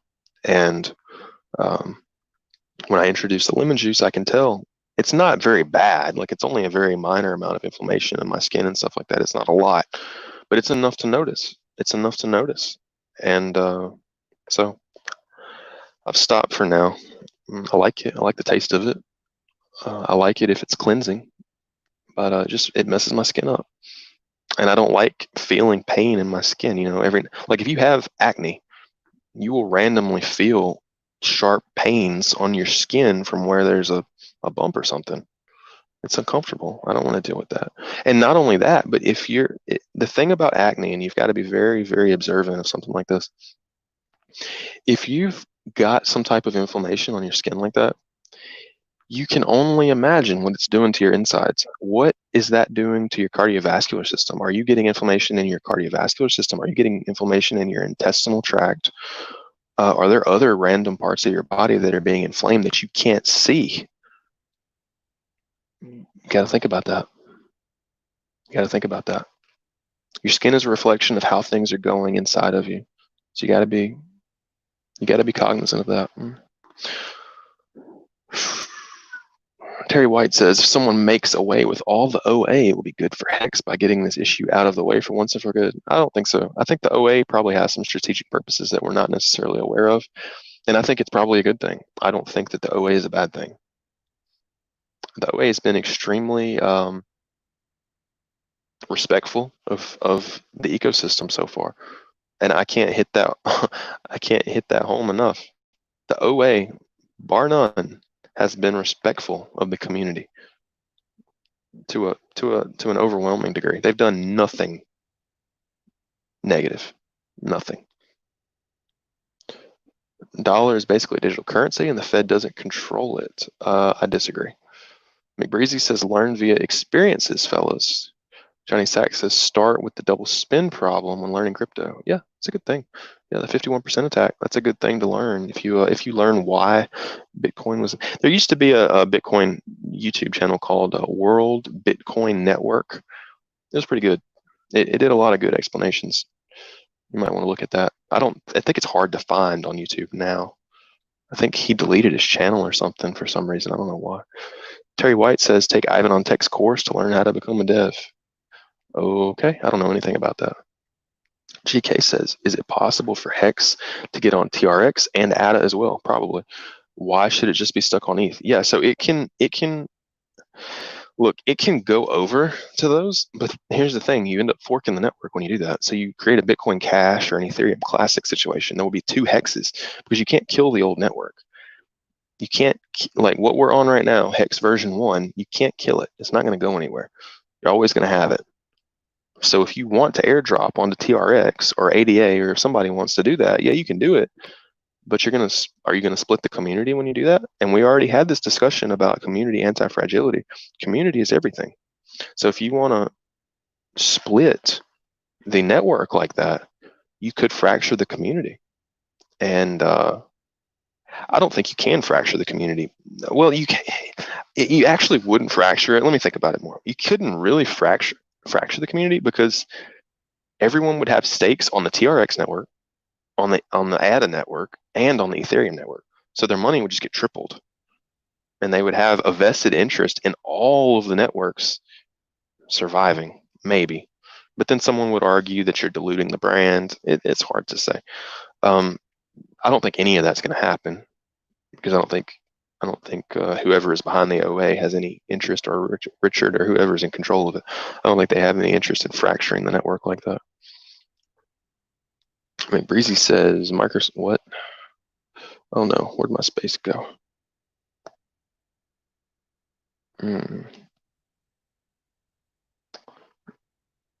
Breezy says $35 before the pandemic, $100 during the pandemic. I don't know why anybody would buy Windows anyway. If you want a computer that you don't control, get an Apple because they actually work. If you want a real computer, get Linux. But if you want a computer that you don't control, and you don't really control your Linux computers anyway, all those hardware chips, all those Intel chips, they're backdoored, y'all. You don't control those systems. You don't control your Linux computer. How many times has Linus Torvalds been approached by the National Security Agency asking him to backdoor Linux? How long do we think it's going to continue without getting backdoored, if it's not backdoored already? Do y'all think that OpenSSL is not backdoored? What do y'all think? Do y'all think that they haven't managed to get a backdoor in OpenSSL yet? I don't know. It's a risky thing to say. Eschatar says, I have worded that better if I had more than 200 characters. No, it's okay. I understand. Eschatar says, I was asking about whether the penalties are paid to stakers on my emergency end stake based on the interest for the whole stake term or the point I emergency end stake. Penalties are paid to stakers. That's a good question. I don't actually know. I don't know, Eschatar. I don't know how the second half penalties are going to really be calculated. I know Firebun knows for sure. And he's actually, I think it's on the HEX wiki, exactly how those penalties are calculated.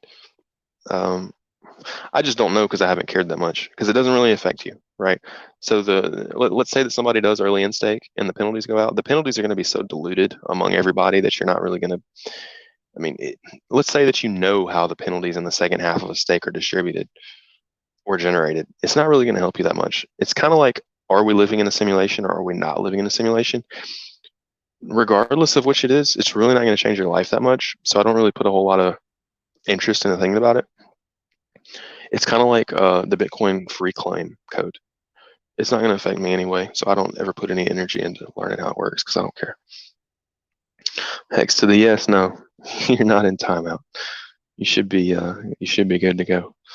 Brad Anderson says when you in stake early, you are losing your shares and upping the percent of stakeholders shares, plus giving the staking class all those sweet penalties.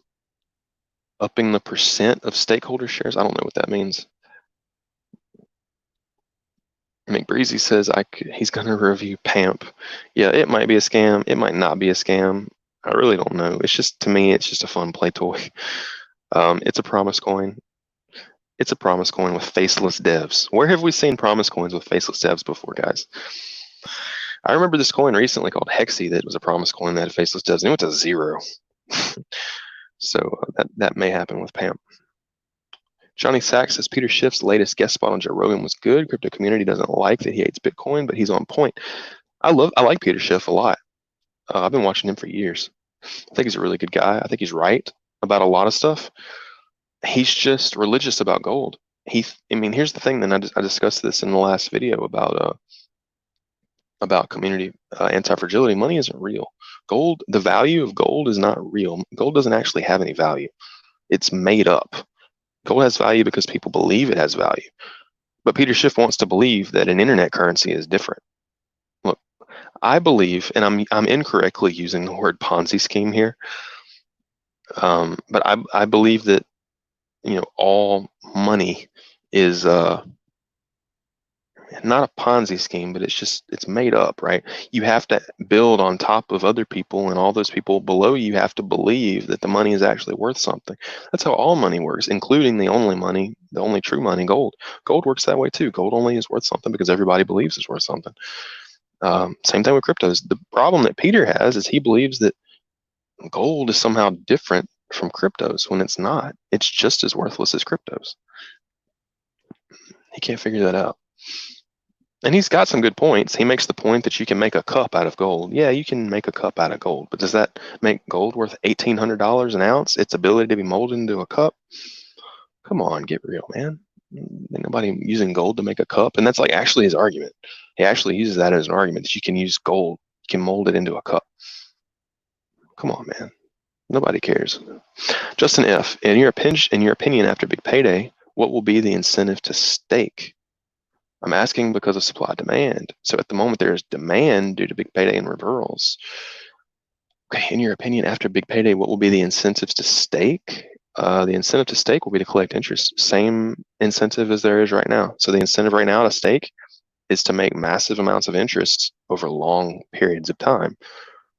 That incentive isn't going away. So if you wait till after big payday to make a Quattro Cinco, your stake, you're still going to get paid massive amounts of interest. It's just going to be less massive, but it's still going to be massive. I mean, there's going to be demand into long stakes are always going to pay a lot.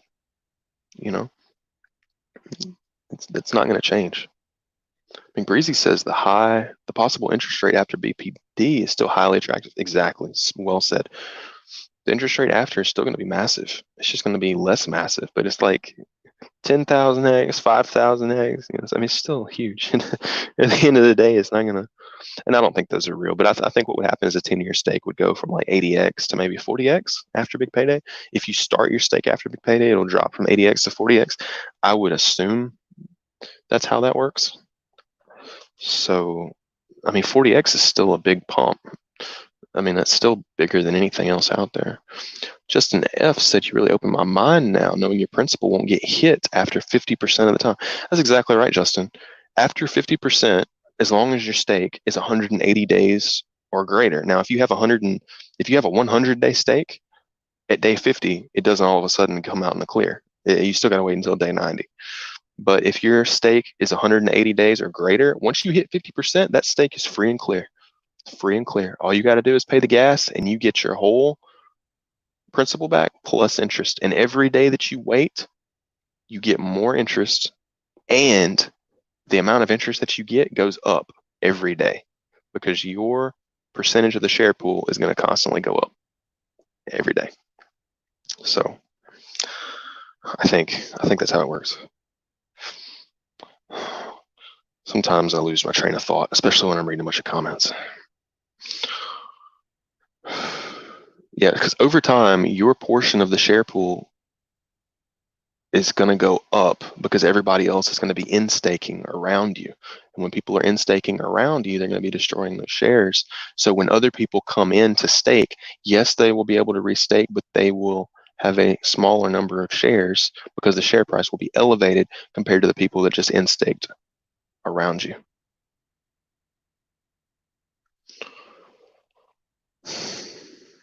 I could sit here and daydream. I'm going to sit here and daydream on stream, y'all, but that's what I do. I don't know. I need to write this down because this is an interesting thing to think about. I'm going to start daydreaming on stream. I'm writing a note real quick.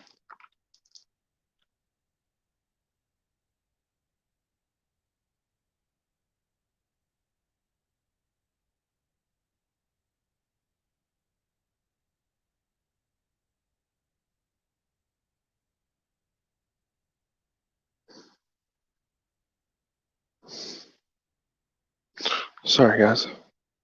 All right. So yeah, that's something I'll have to daydream about later. Um, Funky Fresh says we need to get Hex on Robinhood. Well, that'd be sweet, but they wouldn't be able to stake. They would have to open like staking funds.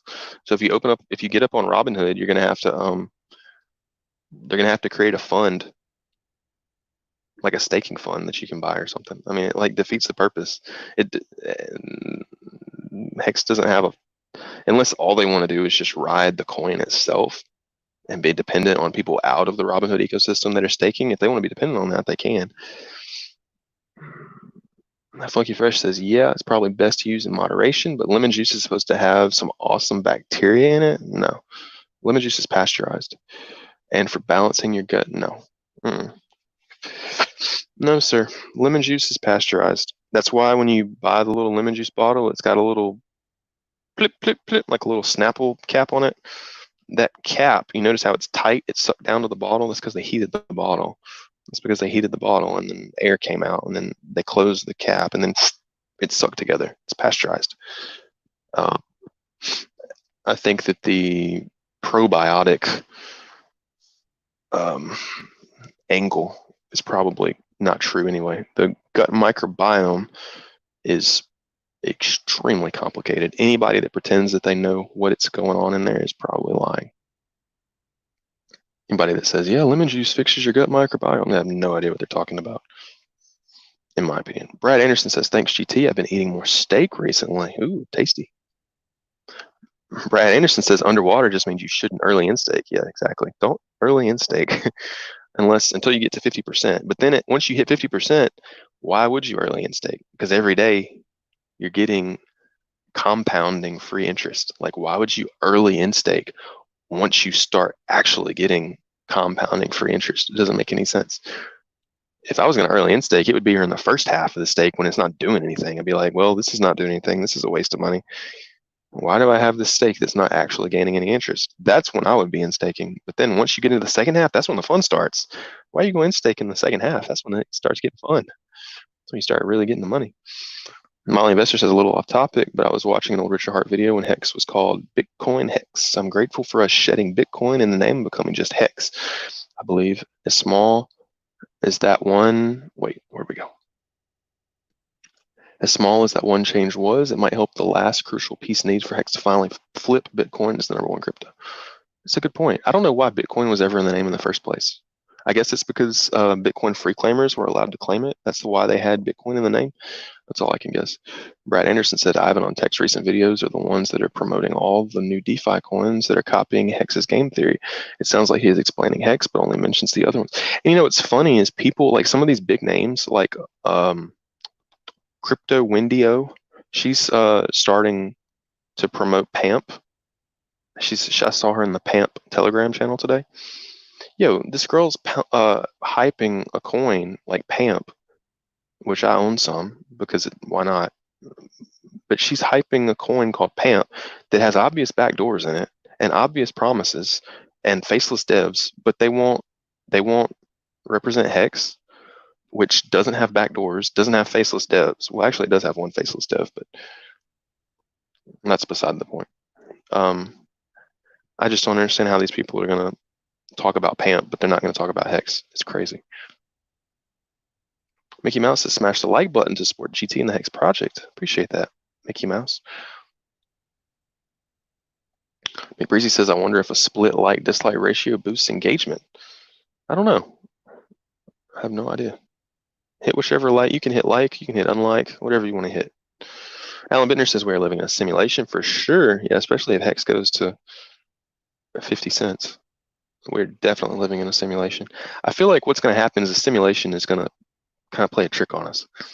If Hex goes to 50 cents, right, and people become millionaires, then we'll be living in a world that's so screwed up by Corona and all this kind of stuff that you can't even use the money that you've made, or the world is too dangerous. Like, there's riots in the streets and you don't even want to leave your house.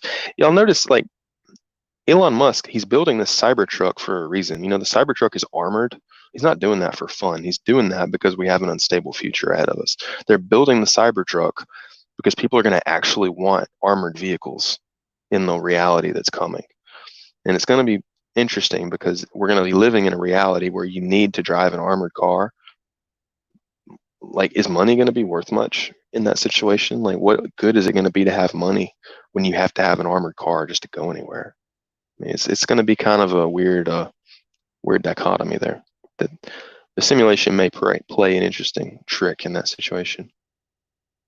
McBreezy says even mathematicians are trying to convince us that zero and infinity are the same thing. I saw this one physicist one time, and I don't know if it's true or not, but he said that they had begun finding computer code in the fabric of the universe.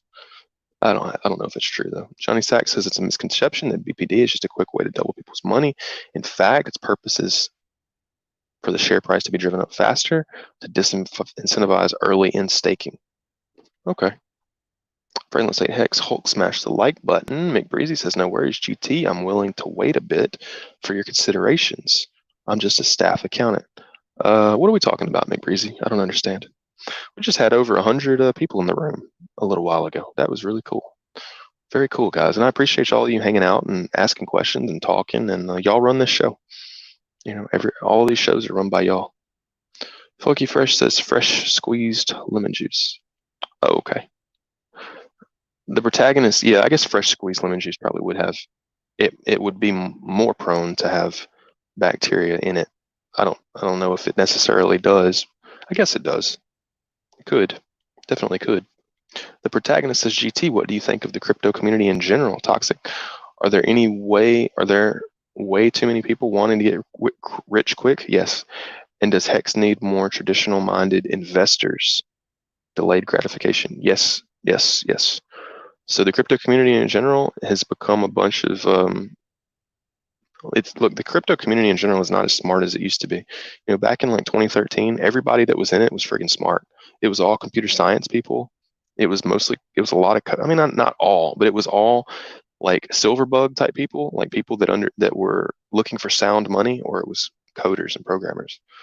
It was a better group of people. It was a better mix of people. Now it's become a lot more degenerates than it used to be. Yeah, I mean, there's a lot of people wanting to get rich quick, but the reason is because they can't get rich. I guess they can get rich in the stock market. The stock market's going up pretty good too.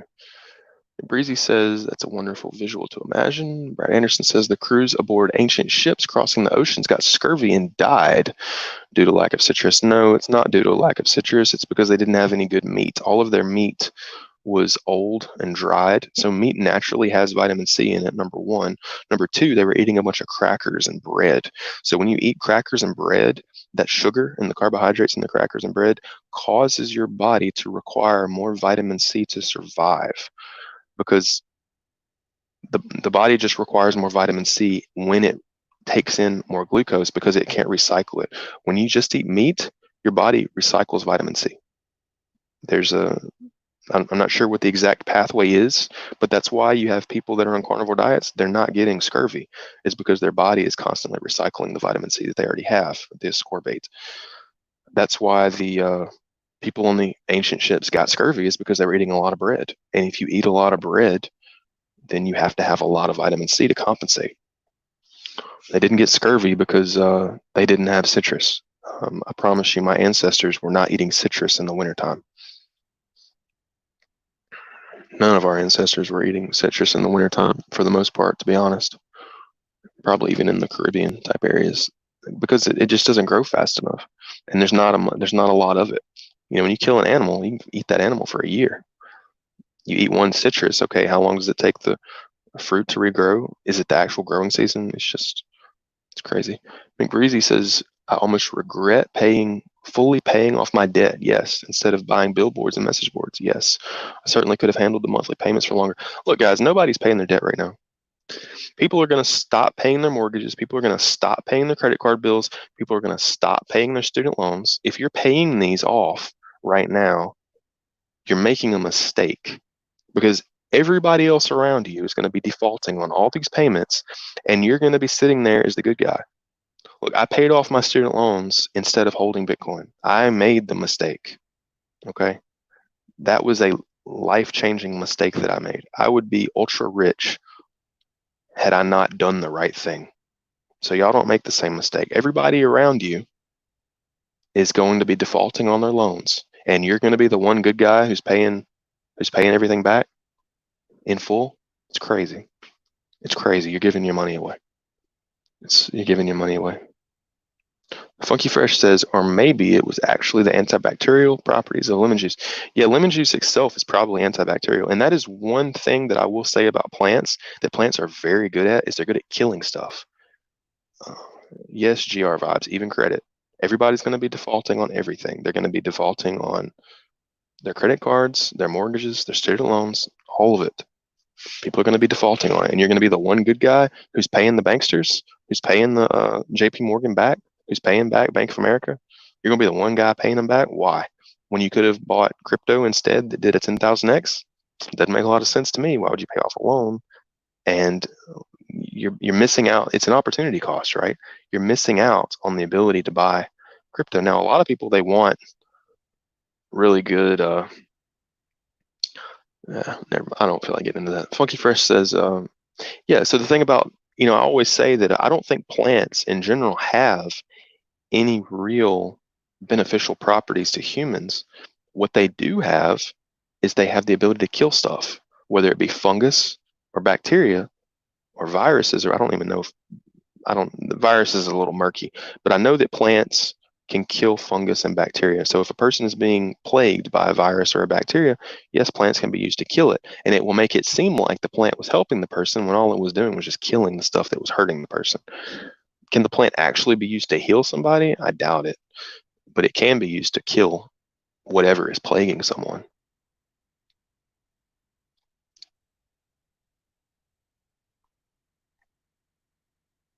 McBreezy said we'll link up in our armored personnel carriers. I want to be in a place where you don't need a personnel carrier, because as soon as you're in a situation where you need an armored personnel carrier, you've already lost. You've already lost. Franklin State Hex says that's awesome. GT now has more viewers than Hexo did in the old days. Hey, that's cool, man. That's cool. Markimus Maximus says Hex users will have to use their money to save the world. Hex Hoshi says GT would be an amazing preacher. He could preach an entire sermon on only one word. What? I I could have done that. Like I said I wish I was Christian. I really do. I really do. It'd be cool. A lot easier life, but it's also downsides. Fred Hirsch says, "Do you think there will be a financial reset?" Um, it's very possible. It's very possible. Can I say for sure? I don't know, but it's very possible. Big Smart Crypto says, "Yeah, but you have to pay student loans back." Yeah, that's true. I guess, yeah, you have to, but I mean, not sort of, but not really. If you quit paying student loans, number one, the government's probably going to defer them anyway. I think there's a student loan deferment program that's been launched. Number two, it seems likely that the government is going to discharge a lot of these student loans anyway. That's what the Bernie babies, the liberals and the Bernie babies are pushing for, is because they're all saddled with this debt that they can't pay. So they're going to try to, they may end up changing that law. Worst case, they end up, the thing about student loans, worst case is they garnish your paycheck. Okay, so they garnish your paycheck. That's better than paying it off. Morgan Maniac says, I made the debt, I pay the debt. That's lame. You made the debt. But here's the thing. The Federal Reserve is making debt. The U.S. government is making debt, but they don't pay their debt. So why are you going to pay it if the U.S. government doesn't? The U.S. government goes deeper and deeper into debt every day, but you want to do the right thing? You want to be the good guy? Yeah, they're going to bend you over for it. GR Vibe says just pay your taxes. I didn't say anything about not paying taxes. That's different. You need to pay your taxes, folks. That's different. That's totally different. That's the mafia. You got to pay the mafia. They mess you up. They put you in jail. MasterCard ain't gonna put you in jail. The IRS will, though. Fred Hirsch says debt forgiveness. I don't know what that is. McBreezy says then we ought to seriously consider some of those islands for sale. Talk about a wicked ad campaign. I don't know what y'all be talking about buying all this expensive stuff, buying islands and stuff. I'm not gonna be spending any more money if Hex moons. Like, I'm not. I'm not all of a sudden going to start buying mansions and Lamborghinis. I don't understand the mindset there. Uh, I just don't get it. I won't be doing that. I'll be saving my money or investing it somewhere else. Just avalanching it into something else. JNF says thoughts on the PAMP contract. It's got back doors. I know it's got a back door. 100%. It looks cool though. I mean, I've looked through it. It looks clean. It's audited, but it's got back doors in it, bro. I don't know how much you want to trust a backdoored contract.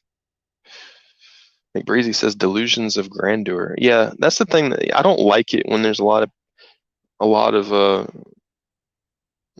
people daydreaming about all the money they're gonna make.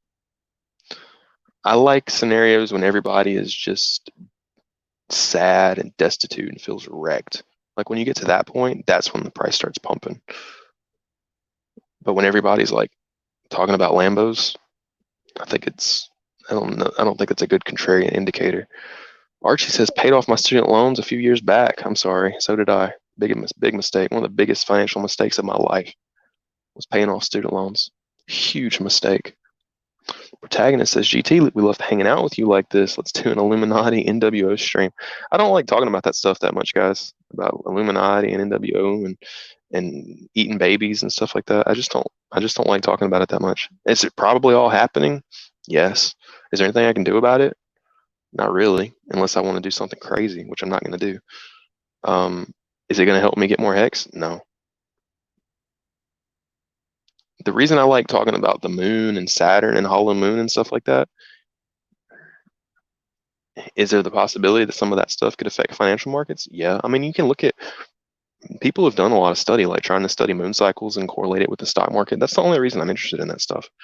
Is trying to correlate it with price movements and all these kind of things and seeing if price movements are going to happen on certain dates. Otherwise, it's not super interesting. The whole with the Illuminati eating babies and stuff like that. Like, is that going to help you make more money? I mean, I don't know. Hard to say. If it's not, man, it's not that interesting. LMAO says, can you talk about the day's experience in those other crypto communities you have been a part of since 2013, the best features, gains of those cryptos at the time, etc.? Hmm.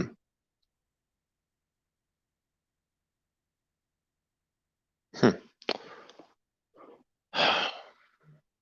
Well, the best feature of Bitcoin was it went up a lot, and it was the only game in town for a long time. Everything else was and still is a joke. Like Litecoin and all these kind of things.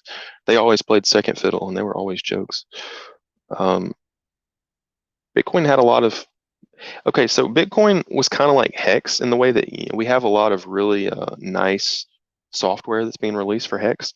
Bitcoin was the same way. Bitcoin had some really devoted people, kind of like Hex. That was a really good thing about it. It had a really, in the early days, especially, it had a good, big community. It still, I don't think, was as good as Hex though, even in those days. It was just bigger because it was the only game in town. Monero was cool. It had privacy. That was a big deal. It was one of the first coins that had some type of privacy. Was it real privacy? Nah, not really, but it was good. XRP's community was just massive. Um, Stellar's community is tiny, microscopic. That wasn't a great community. Zcash's community is tiny, microscopic, and the coin doesn't even pump. So Hex blows them all out of the water for sure. Big Smock says, GT, you can't trust the government. I can trust the government. I can trust that they will try to take your rights away. I trust that. Morgan Maniac says deferment is only until September. Yeah, I'm sure the Bernie babies will start crying and they'll change it though. As soon as they start crying about it, they'll change it. And we're gonna get a second round of stimulus, by the way. Those $1,200 checks, I've been saying since the first one came out, I've been saying that we're gonna get another one. And it's coming. I know it's coming. You mark my word. Phoenix says, love the stream, join late, but have you looked into Switzerland? Yeah, I have looked into Switzerland. For sure. I think it's a good option. It's probably just really expensive to live there, but it's probably a good option. It's probably safer than America also because there's less There's less cultural differences there. There's less cultural diversity. And part of the reason why um, one of the downfalls of America, and this is going to sound horrible, but it's the truth, guys. One of the downsides of cultural diversity in America is it can be targeted and used for nefarious purposes. Um, Russian KGB agents are documented decades and decades ago saying that the cultural diversity of America was going to be used to start racial problems on purpose. People want racial problems on purpose in America because we have the largest military in the world. And if you're Russia and you want to take over America, you can't take it over because we got more guns. The only way to really destroy America, you can't do it through a standing army. You have to destroy it from within. You have to destroy the society itself. And that's one of the kind of Achilles heels of America is that people let themselves be brainwashed into thinking that our cultural differences are significant enough that division is necessary. And you've got, supremacists on all sides that further this, and they're just playing right into the hands of the communists. Where I am, I know black supremacists, I know white supremacists, all of them, and the division between the two is exactly what communists want. They want everyone to be fighting against themselves so that a new superpower can come in and take over. I mean, it's not even that difficult to understand, and they've expressed it. It's not even a secret. Like it's been well known for a long time that racial division is the way that you usurp the government. That's the way that you put in a new government because you can't bomb America to death. The government's just too big. The military is too big. You can't go to war with America and win. You have to come in and subvert the population and get them to believe that they're brothers and sisters because they look a little different, that they're somehow the enemy. It's ridiculous. Well, that's what's happening. And people eat the propaganda up. People will just eat up the propaganda. Luckily, with the internet, we have a little bit more of open eyes now. People are a little bit more open to the fact that they're being propagandized. But by and large, if you give people enough free stuff, they're going to believe whatever propaganda they're being fed. It's just how it is. Anyway, keep them happy. They'll eat it up. Funky Fresh says some plants have a lot of vitamins, yeah, but you can't absorb them.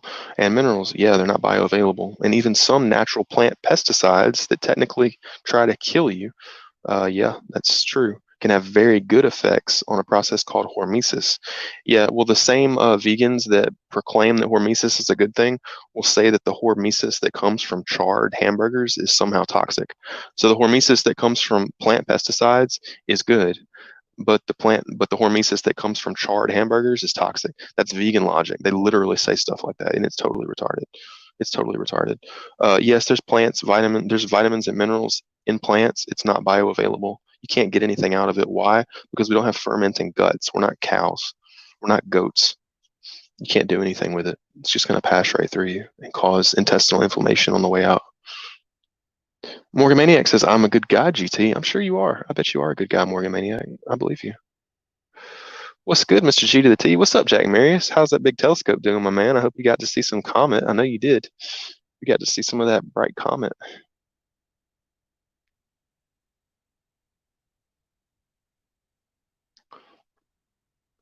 GR says, just pay taxes and don't pay back your credit cards. I mean, look, guys, if you don't pay taxes, you go into prison. If you don't pay MasterCard, what are they going to do? What are they going to do to you? You pay your taxes, though. If you don't pay your taxes, you're crazy. They put you in an iron box for that. I don't think people go to an iron box because they defaulted on their car payment or something, though, or defaulted on their mortgage. I don't think they'll put you in an iron box for that. Funky Fresh says, listen to Rhonda Patrick. Rhonda Patrick's an idiot. Sorry, man. Look, I've been doing this for a long time. I've been playing this game for a long time. Most of the self-proclaimed nutrition experts, especially Rhonda Patrick, so myopic, man. They've got it's like they're wearing blinders like this. They can't see anything, especially her. Totally retarded. X-Million says, thanks for all these financial advices, GT. Yeah, man. I'm not a financial advisor, but a financial advisor, but if you get a kick out of it, it's good. Brad Anderson says, yeah, you're right, GT. It was pretty stupid of me to pay off all my debt with the stimulus money. Yeah. Instead of buying more HEX. Yeah. Can you imagine how much more money you would have if you bought HEX instead of paid those bills that nobody else is paying off? I mean, here's the thing. Everybody around you, we're like 37% unemployment. Everybody around you is going to be defaulting on everything, but you're going to be the one good guy who decides to pay it all off. Guess who's going to get wrecked? It's not going to be them. It's going to be you. You're going to get wrecked because you took the opportunity cost that you could have had in crypto and decided to pay off these multi-billion-dollar companies instead, just so that your credit number would look good.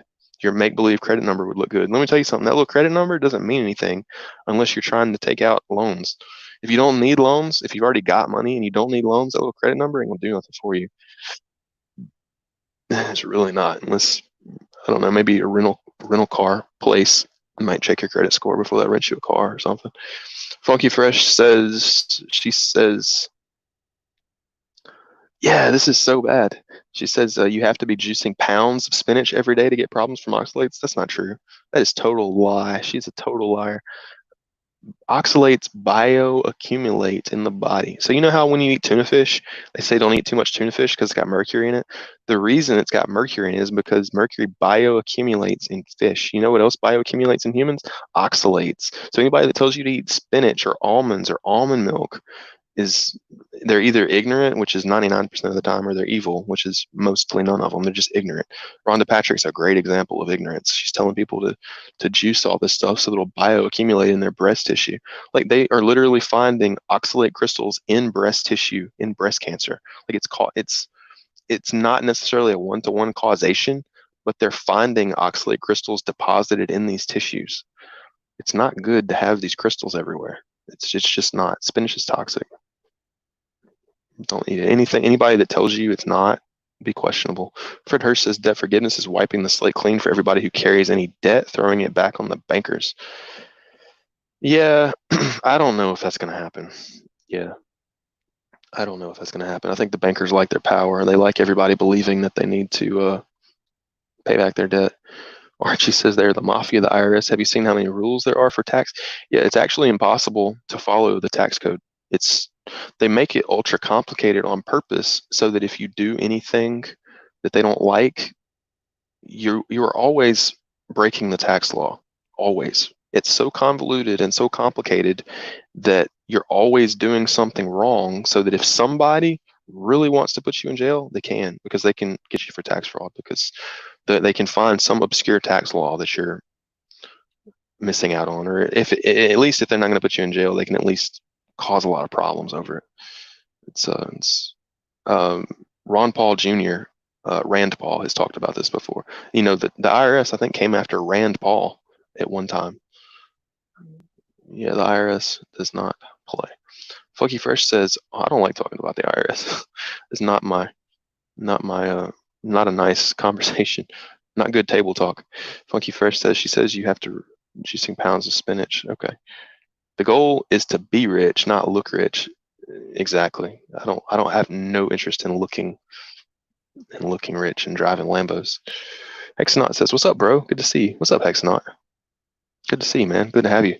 Franklin St. Hex says, depends. Got to use that rich money at some point.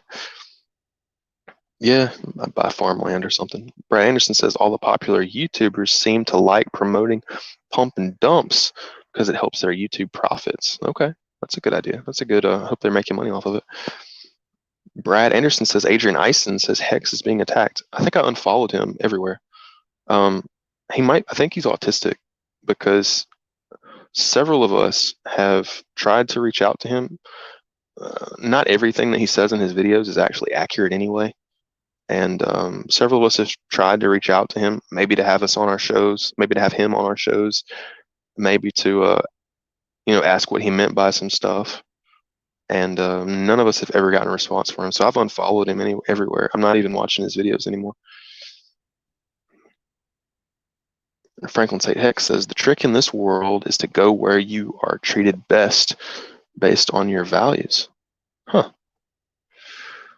My values are typically those of morality, and I guess you would say conservatism. So I guess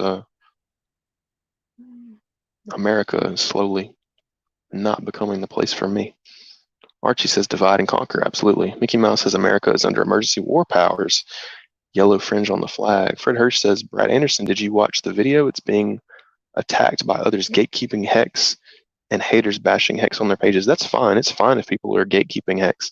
I mean, because once HEX actually goes forward and starts getting into the top 10, and all of a sudden, eventually they're going to have to list it. Eventually they're going to want to list it.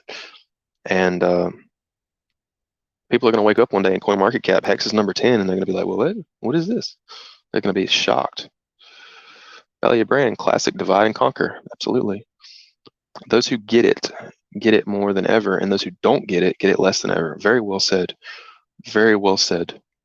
100%. 100%. You're exactly right. That's very well said. One of the best comments of this stream, I think. Brad Anderson. Every time I watch Adrian's videos, I agree 100%. I mean, I could see why you would want to agree with him saying that HEX is going to $17,000. I could see why you would want to agree with that, but I don't think from an objective standpoint, his videos are necessarily all have a lot of merit. They are interesting to some degree, but there's something strange going on with that guy about how he doesn't respond to anybody. So I'm not promoting him anymore. It's very strange. He's like, he purposefully ignores people. Like, I don't know anybody that goes on Twitter and posts and does zero with interaction with anybody. It's weird. It's really weird. So I'm not a part of that. Funky Fresh says, I heard Sean Baker talking about hormesis from those heterocyclic amines and charred meat that are supposed to be carcinogenic. Yeah, you can't claim that hormesis is okay in plants, pesticides, and it's not okay in meat, which, by the way, humans have been eating for 3.5 million years. We haven't been consuming plant pesticides regularly for that long because plants weren't even available all year long. It's just, there's so many logical fallacies in the whole plant-based eating thing. It's so crazy. What's up, Starfire? Good to see you. Glad to have you here. Fiendhex369, thank you for expanding on Switzerland. Love your knowledge bombs. Yeah, I mean, Switzerland is, I would rather live there than Hong Kong or Singapore or Portugal. It's a better place than Portugal from what I've seen. Lower crime, less cultural diversity, which I think there's going to be some type of rise in nationalism as highly diverse countries begin to fall apart. Like, look at Brazil. Brazil is just wrecked, and they have some of the highest cultural diversity in the world. Why? Because it's really easy to destabilize a place like that. It's really easy to believe that people walking among you, it's very easy to trick people into believing that people that look different from you are your enemies. It's very easy to do that. Switzerland doesn't have a lot of that. Puerto Rico is going to have a lot of cultural diversity. I mean, people can take the stuff that I'm saying out of context and make it seem really, really bad, but I'm just talking on from a perspective of safety. Like, go to South Africa. Look at the cultural diversity there. It's wrecked. Totally wrecked. Farmers are getting murdered all the time. And look at Brazil. It's wrecked. I don't think it's going to be long before the propaganda causes that same type of thing in America. I wouldn't be surprised. Hopefully it doesn't, but I wouldn't be surprised. Funky Fresh says, I wonder if you might get too many of them on a carnivore diet.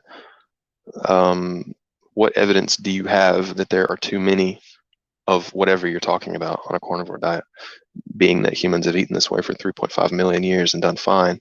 I think the opposite is true. I think you're going to get too many of them, whatever them is, on a vegan diet, because no civilization of people in history has eaten a vegan diet.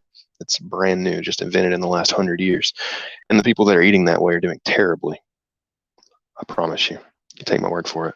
Franklin says, I agree with GT to a point. Racial tension has always been high stuff going on through media. Yeah, for sure. Definitely. Media makes it worse. For sure. Propaganda makes it worse. It's not to say that it hasn't existed. It has. It definitely has. I'm being very slow because I'm trying to watch what I'm saying, because when something goes on the internet, it's there forever. McBreezy says, if you don't mind sharing, what is your age? I am 31. Markimus Maximus says, who do you recommend following? I always thought Rhonda was legit. I don't like anybody that tells you to eat a bunch of green vegetables. I think they automatically disqualify themselves. I like Sean Baker a lot. I don't think he's right on everything, but I like Sean Baker a lot as far as YouTube goes.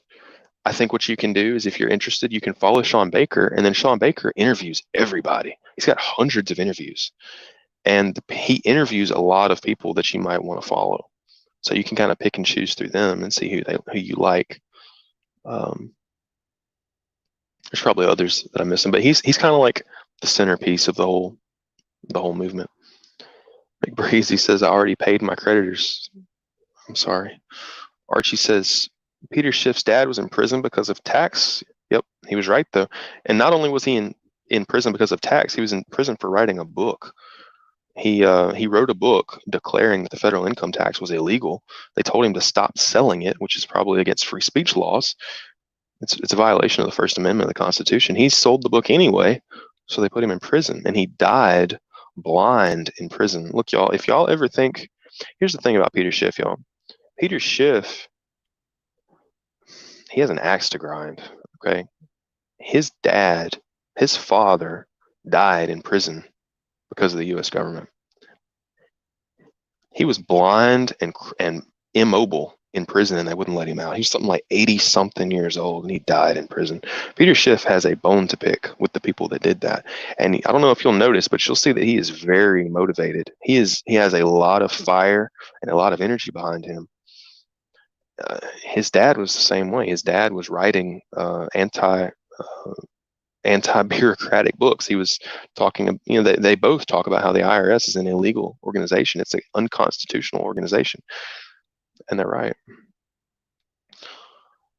Funky Fresh says, Rhonda Patrick, dude, can you please stop? Like, I'm gonna have to start skipping your comments, man. Rhonda Patrick looks pretty good for being 45. Look, man, it's amazing how good people will look when they're not constantly hitting themselves with alcohol every day, when they're not smoking cigarettes, when they're not eating junk food, ice cream, and Kit Kat bars every day. It's amazing how good a 45-year-old woman would look, especially if she has money. It's not uncommon, and she's not a vegan, right? So by mixing good, healthy foods, you can combat some of the badness that's coming out of these vegan foods. Yeah, I'm not a fan of her. She makes tremendous number of mistakes. What's up, Steph? Good to see you, man. How are you doing? Hey, GT, caught up quickly on the stream at 3x. Wow, I'm exhausted. So many topics. Thanks for sharing your thinking around being underwater for at least 50% of your stake. Cool, man. I'm glad you found that interesting. People don't like to think about being in the red, so thinking about unrealized gains is still beneficial for many. Yeah, I can see what you're talking about. It's not necessarily the best way of thinking about it. If you think about all stakes as you're immediately underwater for half of the stake for the first half of your stake. So if you do a 5-year stake, the first 2.5 years you're underwater, it's not very enticing, is it? But that's the reality. But yeah, I don't know if it's best to advertise it that way, because it's not very, I think it should be advertised that way, just to be honest. But I don't know if it's necessarily a good thing to advertise, because it's just not going to be super enticing. Oh yeah, by the way, these stakes, yeah, I mean, you're underwater for the first 50% of your stake. I don't know. I guess anybody else? Brad Anderson says the less the IRS knows about your finances, the better.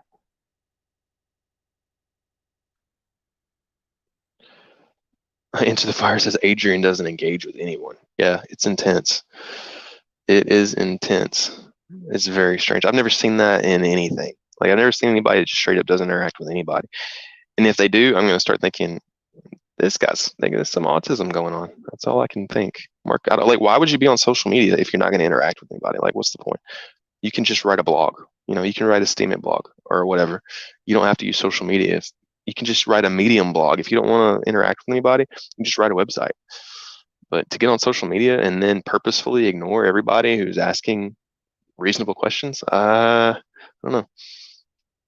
What's your take on the Joe Rogan podcast? Did you listen to it at all? I listened to the Joe Rogan podcast with Peter and Joe for the first hour, I guess. But I mean, I've probably listened to, at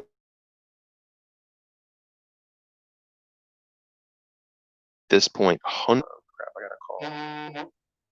My audio just screwed up because I just got a phone call. Another phone call. Last time this happened, my audio got screwed up. Is my audio messed up? Somebody respond if you can. Don't let me know if my audio is messed up.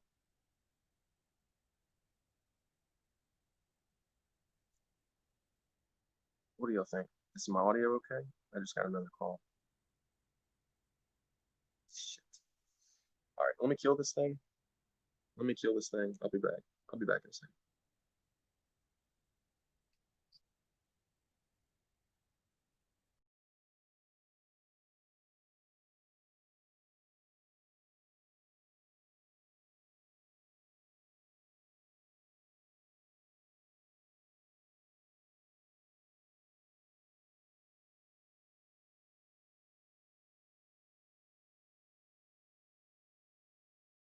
Okay, we're back. Hopefully the audio is working now. Y'all let me know if the audio is working. Hopefully it's okay. Yeah, this is ghetto, y'all. This is ghetto, but this is ghetto. Hopefully the okay. Steph says we're good. Awesome. So ghetto. All right, let me scroll back up, get back my comments.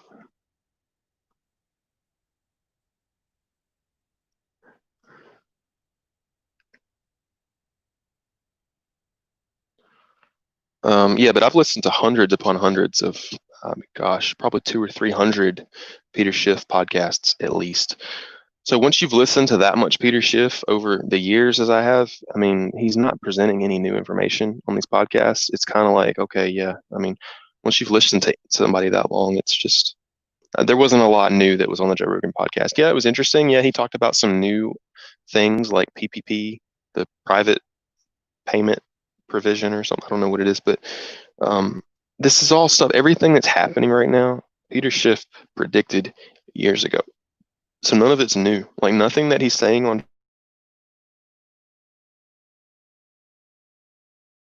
Joe Rogan is actually. I gotta put my thing on Do Not Disturb again.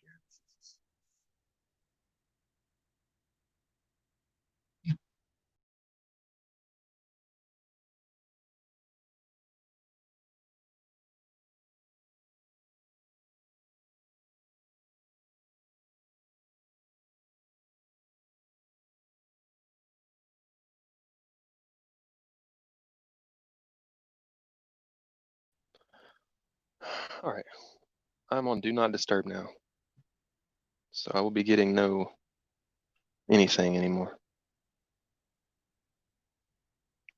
Okay. Brad Anderson says whatever Adrian is doing is promoting Hex. Yeah, it's cool. I just don't have to watch it. He can make videos until the end of the day. That's fine. I'm just not gonna watch it. Steph says Cloudflare is back up. Franklin says Adrian's videos are interesting, but I think sometimes delusional. Yeah, you said it very well. They're interesting, but delusional. And that may be why he doesn't reach out to anybody or talk to anybody, is because he knows that his videos are delusional and he's scared of criticism. He seems like he's probably really frightened of criticism. Streaming again till Hexologist stream? I don't know, guys. I'm not as energetic as I was on the last stream that we had. That was probably the best feeling I've ever felt during one of our streams. But I'm doing okay today. So Jack Marius says, forget Switzerland and Puerto Rico. How about a small hex colony on Mars? I don't think that the gravity on Mars is going to be really good for human health. I think that humans have become adapted to the amount of gravity that's existing on Earth. And I think that anybody who tries to live on lower gravity for an extended amount of time is probably going to face really serious health consequences. So I think anybody who talks about living on Mars, I don't think they're thinking this through. I mean, I can just imagine like cardiovascular system beginning to break down and things like that. It's probably better than the moon. I mean, the moon's like almost no gravity at all, but Mars would still be too small. Mars might be workable because it's a good bit of gravity, but the moon, no way, no way. I think that's the reason why the people don't stay in the space station for very long, is because it tears their body apart. Good Texture says, by the way, big kudos for being in sync with the chat, given the amount of comments being thrown at you. You found a good balance, in my humble opinion. Keep up the good attitude and quality content. Appreciate it, Hex. Always appreciate you. I mean, sorry. Appreciate it, Steph. Appreciate it, man. Thank you for your kind words. It's always appreciated, man. Glad to have you here, too. Fiend Hex 369, I do agree. I try to keep a real positive attitude and try to not. Sorry if I said some bad words earlier about the interruption. I try to not say a lot of bad words on this stream, because I know for some reason this is interesting to me. Some people will tell me that they'll like watch the stream with their kids and stuff at night, I guess. So just kind of interesting. I try not to say a lot of bad words. Flame says didn't know that about Peter Schiff. Yeah, he's got an axe to sharpen.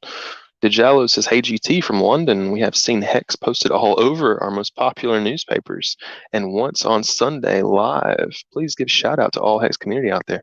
Yeah, man, that's awesome. That's really cool that y'all got those advertisements out there. Good to see y'all are everybody's seeing them. Funky Fresh says, yeah, I agree. Whole food and no processed food is most important. Yeah, I just don't agree with what a whole food is. I don't think that a strawberry, which was, no, let me use another example. A watermelon that was invented in the last few thousand years, that's not a whole food. Our bodies are not adapted to that. People want to call that a whole food. People want to call corn, wheat, soy, rice that have been unprocessed, they want to call those whole foods. Those aren't whole foods. Those are man-made foods. That's not even good for, I already talked about this, but that's not even good for animals. If you feed animals too much of that stuff, they'll die. If you feed a goat a rice diet, eventually they're going to croak. Archie said GT is reading as many in the chat as Hexo does in his stream now. It's because I'm tired, y'all. The reason I'm going so fast is I'm not actually putting a ton of brain power into these comments because I'm tired. So I'm not like in a deep thinking mode right now. That's why I'm going so fast. Walter says people stop annoying GT. I apologize for these people. Yeah, I just hate people trying to justify that eating spinach is okay. Like, it's clearly not. Like, even the vegans like Michael Greger, who is just the most fascist vegan on the planet, has even come out and said that don't eat that much spinach or almonds, that you shouldn't eat a lot of it because it's going to give you kidney stones. Like, when the vegans start coming out, when something's that obvious, it's bad news, guys. Don't touch the stuff. Don't let your kids eat it. Don't feed it to anything. Maybe feed it to a gerbil. Franklin St. Hicks says, GT, I think if you are looking for other countries I'm not to live in, you should not limit yourself to one. You will be rich enough to get what you want from living in multiple countries. Yeah, I'm not super set on move. Like, everybody's all consumed with Puerto Rico. Actually, I think it's just a couple of people are consumed with Puerto Rico, and that's because that makes it look like everybody is consumed with Puerto Rico, but I don't think they really are. I have very little interest in going to Puerto Rico.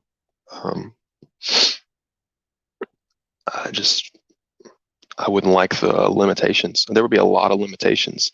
You can't even mail yourself a bunch of stuff on Puerto Rico. Like, all the kind of, like, if you wanted a bunch of items or something, most people don't even ship to Puerto Rico. And if you did want to ship it, you'd have to pay exorbitant costs. And then you got safety issues. I'm not convinced that it would be the safest place over the long term. Maybe it would be. Maybe it's a mecca that I'm not understanding, but I'm just not super interested in Puerto Rico. I'd rather have full rights to. I thought I saw a spider. I'd rather have all my rights. When Hexable says, "What's up, Steph? Super excited about the app that you and Firebone are working on." Franklin says, "Go where you're treated best for certain things. Each country's have its goods and bads." That's a good point. That's a really good point. DeJallo says he's from London. Brad Anderson says fiat currencies have been on and off the gold standard for hundreds and thousands of years, and there are many reasons why. Audio messed up. Yep. Audio messed up. That phone call almost dosed you. What?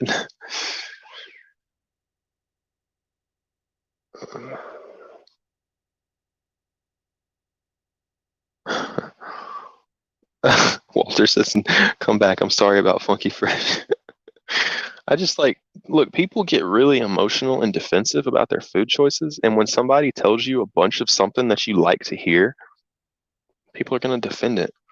Like if somebody came out with a thing that said cigarettes are healthy, which in the case of COVID-19, cigarettes do seem to be healthy. They seem to be protective. People are going to defend it. People love smoking, so now you're going to see a whole lot of people that are. I've actually had people sending me text messages showing me that cigarettes were protective against COVID-19, and they're using that as an excuse for their habit. People are going to do that. People get emotionally attached to their food more than most anything, and that's why it's such a hot topic.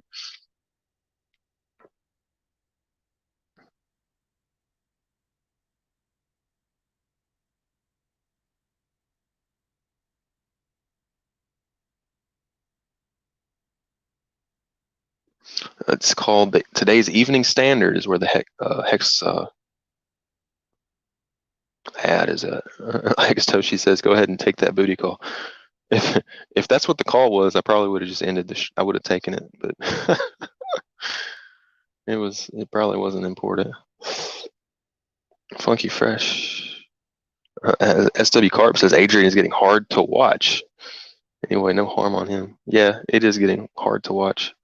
He's not very enthusiastic about what he's saying either. I mean, it's okay. He's I'm sure he's a good guy. I just don't appreciate people that want to talk so much about the Hex community and then they don't interact. Like he talks about the Hex community and how great it is every video, and then he doesn't interact with the Hex community at all. Like that's I'm not gonna say that's psycho, but it's odd. I don't like it. It's very strange. Like you don't even have to participate. Just like say anything to anybody. Steph says Adrian is an alpha male. He's not afraid of criticism. Yeah, I think he's the first guy that I've actually seen just say that he's an alpha male. I'm sure he is. I'm sure he is an alpha male. I'm sure he is. I'm sure he's getting all the women. I'm sure he is. GTY, okay, DNB Max says GTY Hex is listed only on Coin Paprika and nowhere else. I don't know. I don't know who owns Coin Paprika. I have no idea, my friend. The Sapper says change my tag from SW Carp, easier to say. Sounded like a gargling pelican. Okay, the Sapper. The Sapper, what does that even mean? The contents of a supermarket contain some good foods and the rest are just unusual eating experiences. Yeah, I mean a lot of people live to eat. Like it's an experience to them. They like to eat because it's a fun experience. It's like going to a theme park, which I'm guilty of that. Every now and then I'll regrettably get a milkshake or something every several months, and then I'll remember why I don't drink milkshakes because my focus, my thinking, everything just. Brad Anderson says we could just have robots on Mars and live there on VR computers. Okay. 10 Alexa 10. What's up, man? Good to see you. Hello, GT. Amazing how many questions you're answering in 1 hour. Appreciate your openness. Yeah, I gotta watch myself especially when it comes to racial problems and when it comes to taxes. That's two things that got to be very careful about what you're saying. Both important issues. You just got to make sure you don't misspeak. Walter says vegans are like people who drive a Prius. They're jerks. LOL. So I drive a V8 while eating a steak and laugh at them. Well, I mean, they have smaller brains than you. It's a fact. Their brains deteriorate. DNB Max says spinach is toxic. What do you think about celery juice?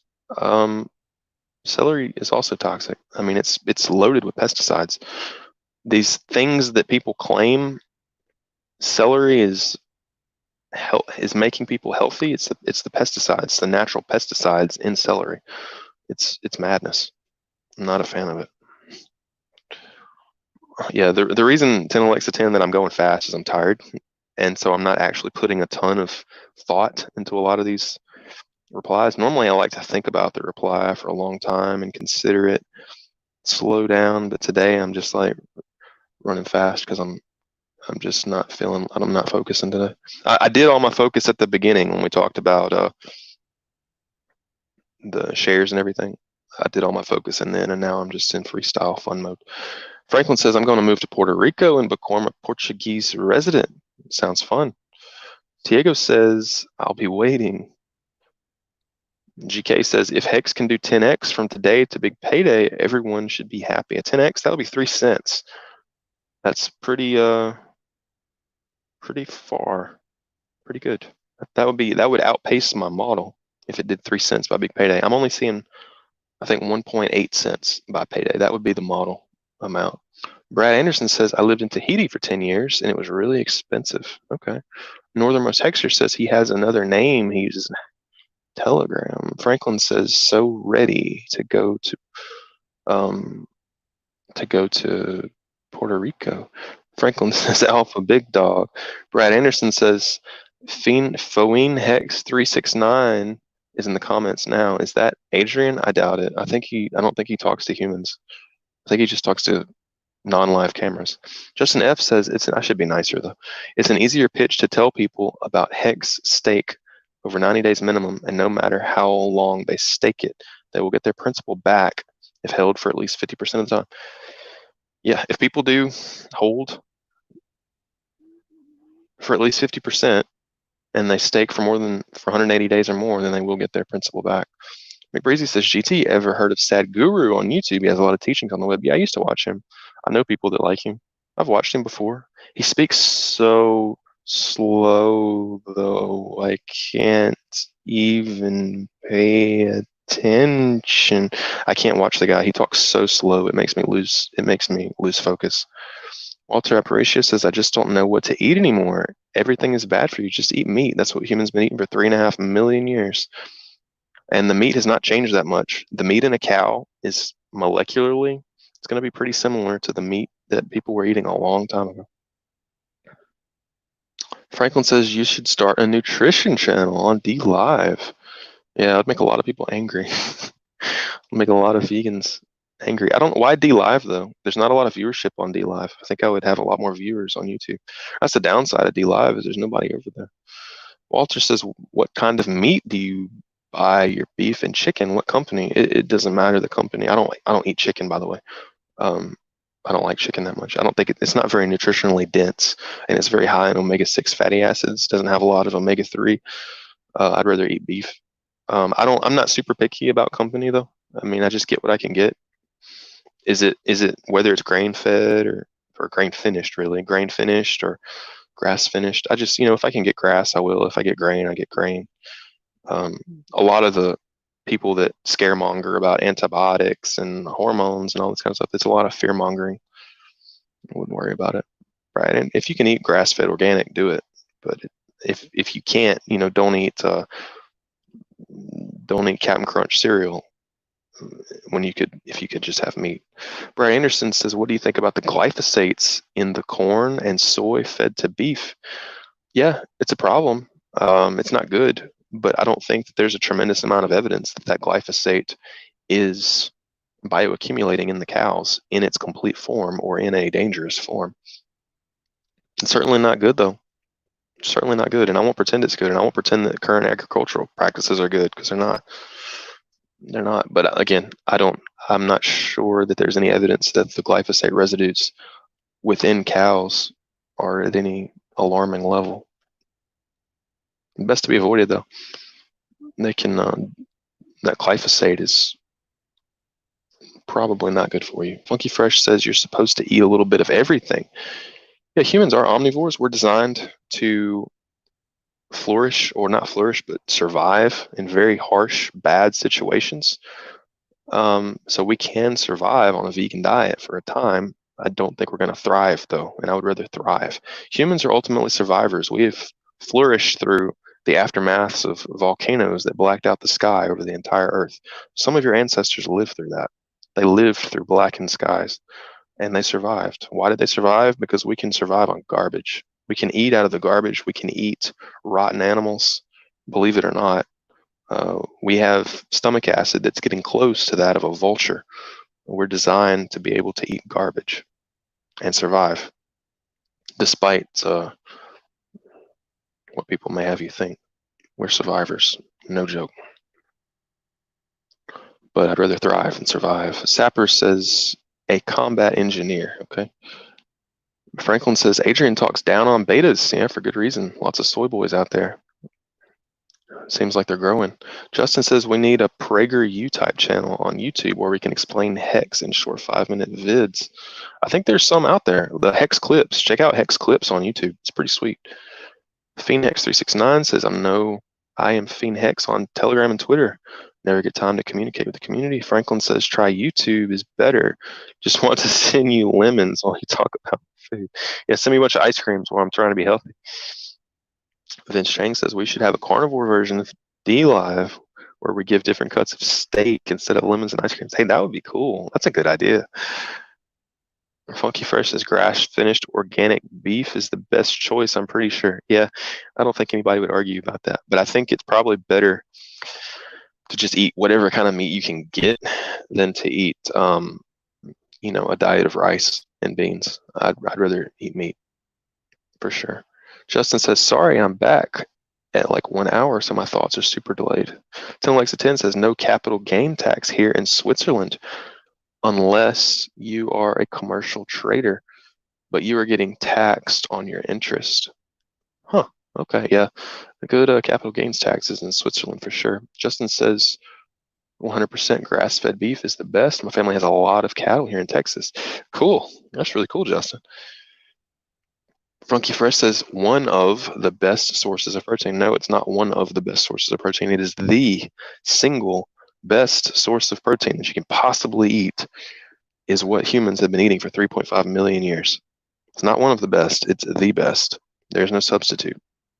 There's no substitute. The Sapper says eat Wagyu, some fatty acid content. It's same fatty acid content as tuna. I don't know if that's true. I breed my own as addictive. I'm very skeptical that Wagyu has the same omega-6 to omega-3 fatty acid ratio as a fish. I'm sure that's impossible.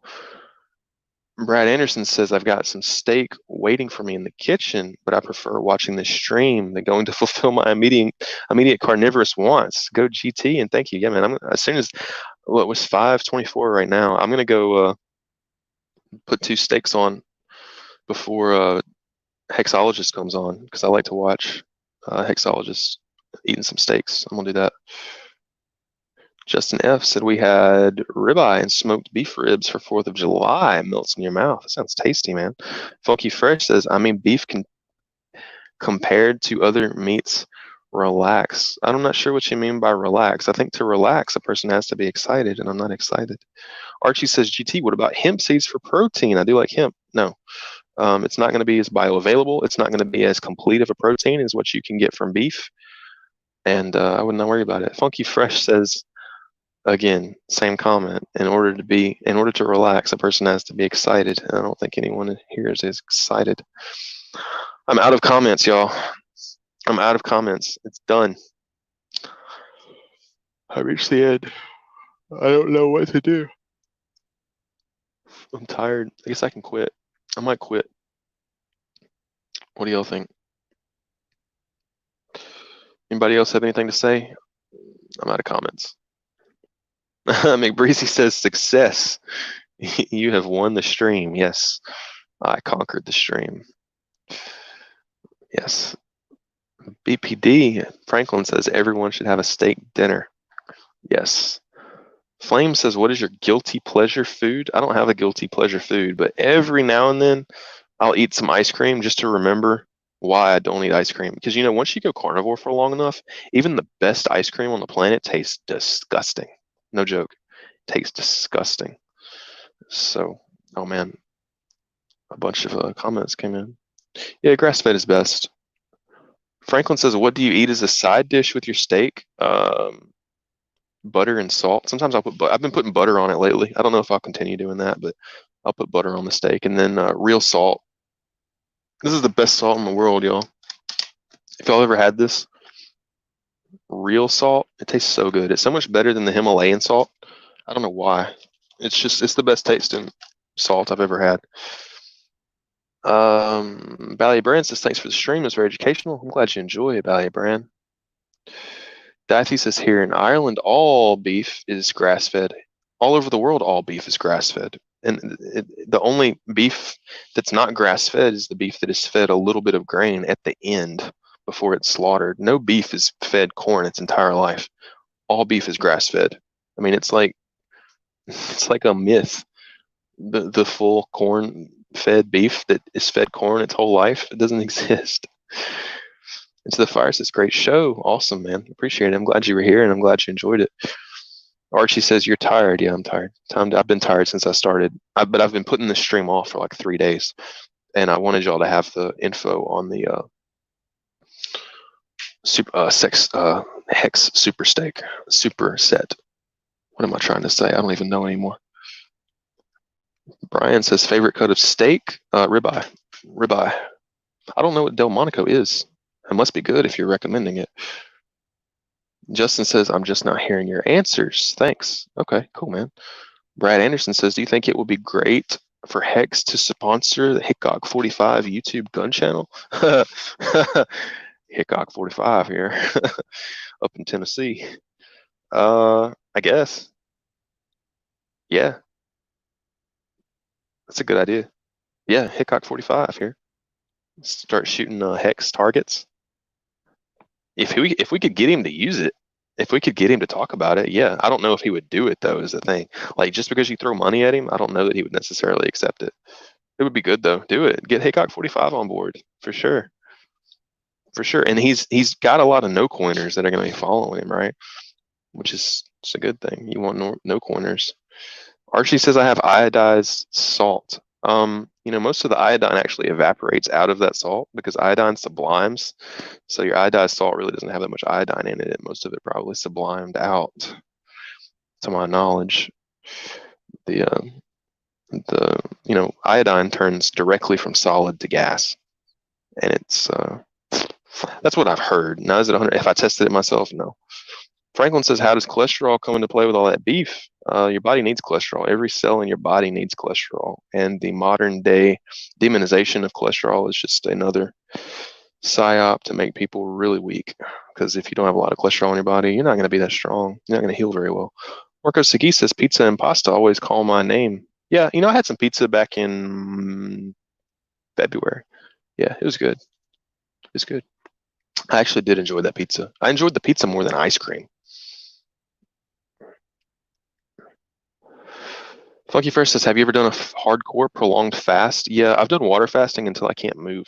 That's the reason I quit. So I've done like two 6-day water fasts, and at around 6 days, I start losing mobility. It becomes very difficult to walk. So I stop because I figure my electrolytes are becoming dangerously low or something. I don't think water fasting is actually a good idea anyway. I like dry fasting better. I think dry fasting is more of a mimic of what we would have experienced naturally, because back in the day, nobody was carrying around water bottles. I promise. Brian says Delmonico is a ribeye. Okay, yeah, ribeyes are good, man. I'm down with the ribeye. Franklin says let's let him go. I'm all right, I guess. I'll just answer because as soon as I get off of this, I mean, if there's 90 people sitting here watching me answer y'all's questions for some reason, which is cool. So I guess as long as somebody has a question, I'll answer it. Marcos says, ribeye is king, and any other cut pales in comparison. I don't know. Some people are big on the filet mignon. Maybe they have a point. I don't know that a ribeye is necessarily great compared to a filet mignon. I don't know. I like it though, and I'm able to get them for $6 a pound for my ribeyes. So that's what I eat. Breezy says, GT, did you watch the Joe Rogan interview with David Sinclair? I wonder if you take David. I know a guy that takes David Sinclair's anti-aging routine very seriously, but I've also seen people that have said that all that stuff has been debunked, that it only works in mice, and that that the pathways in mice and humans are different, and that those anti-aging pathways aren't even effective in humans. I've seen that. I don't know if it's true, but I've seen people like on Reddit and stuff like that say it. I don't know. It's hard to say. I think, look, guys, I'll just be honest with the anti-aging stuff, right? Ultimately, I think that we have been on this planet before, being dead honest with y'all, and that we are probably constantly reincarnating into a new soul every time we come here, and I think there's evidence for that. and that the simulation was probably designed such that you get here, you deal with your current task or your current dharma or whatever it is, and you finish it and you're done. Life extension kind of defeats the purpose of that. Like if you are able to extend your life, you are effectively extending your lesson that you're being given. Is that a good thing? Is that a bad thing? I don't know. But I think that people are a little too scared of death. I think that I think that you yourself reading this have probably died many times before in other incarnations. And I think there's evidence for that. Like, I'm not just making this up. I think there's evidence for that. And I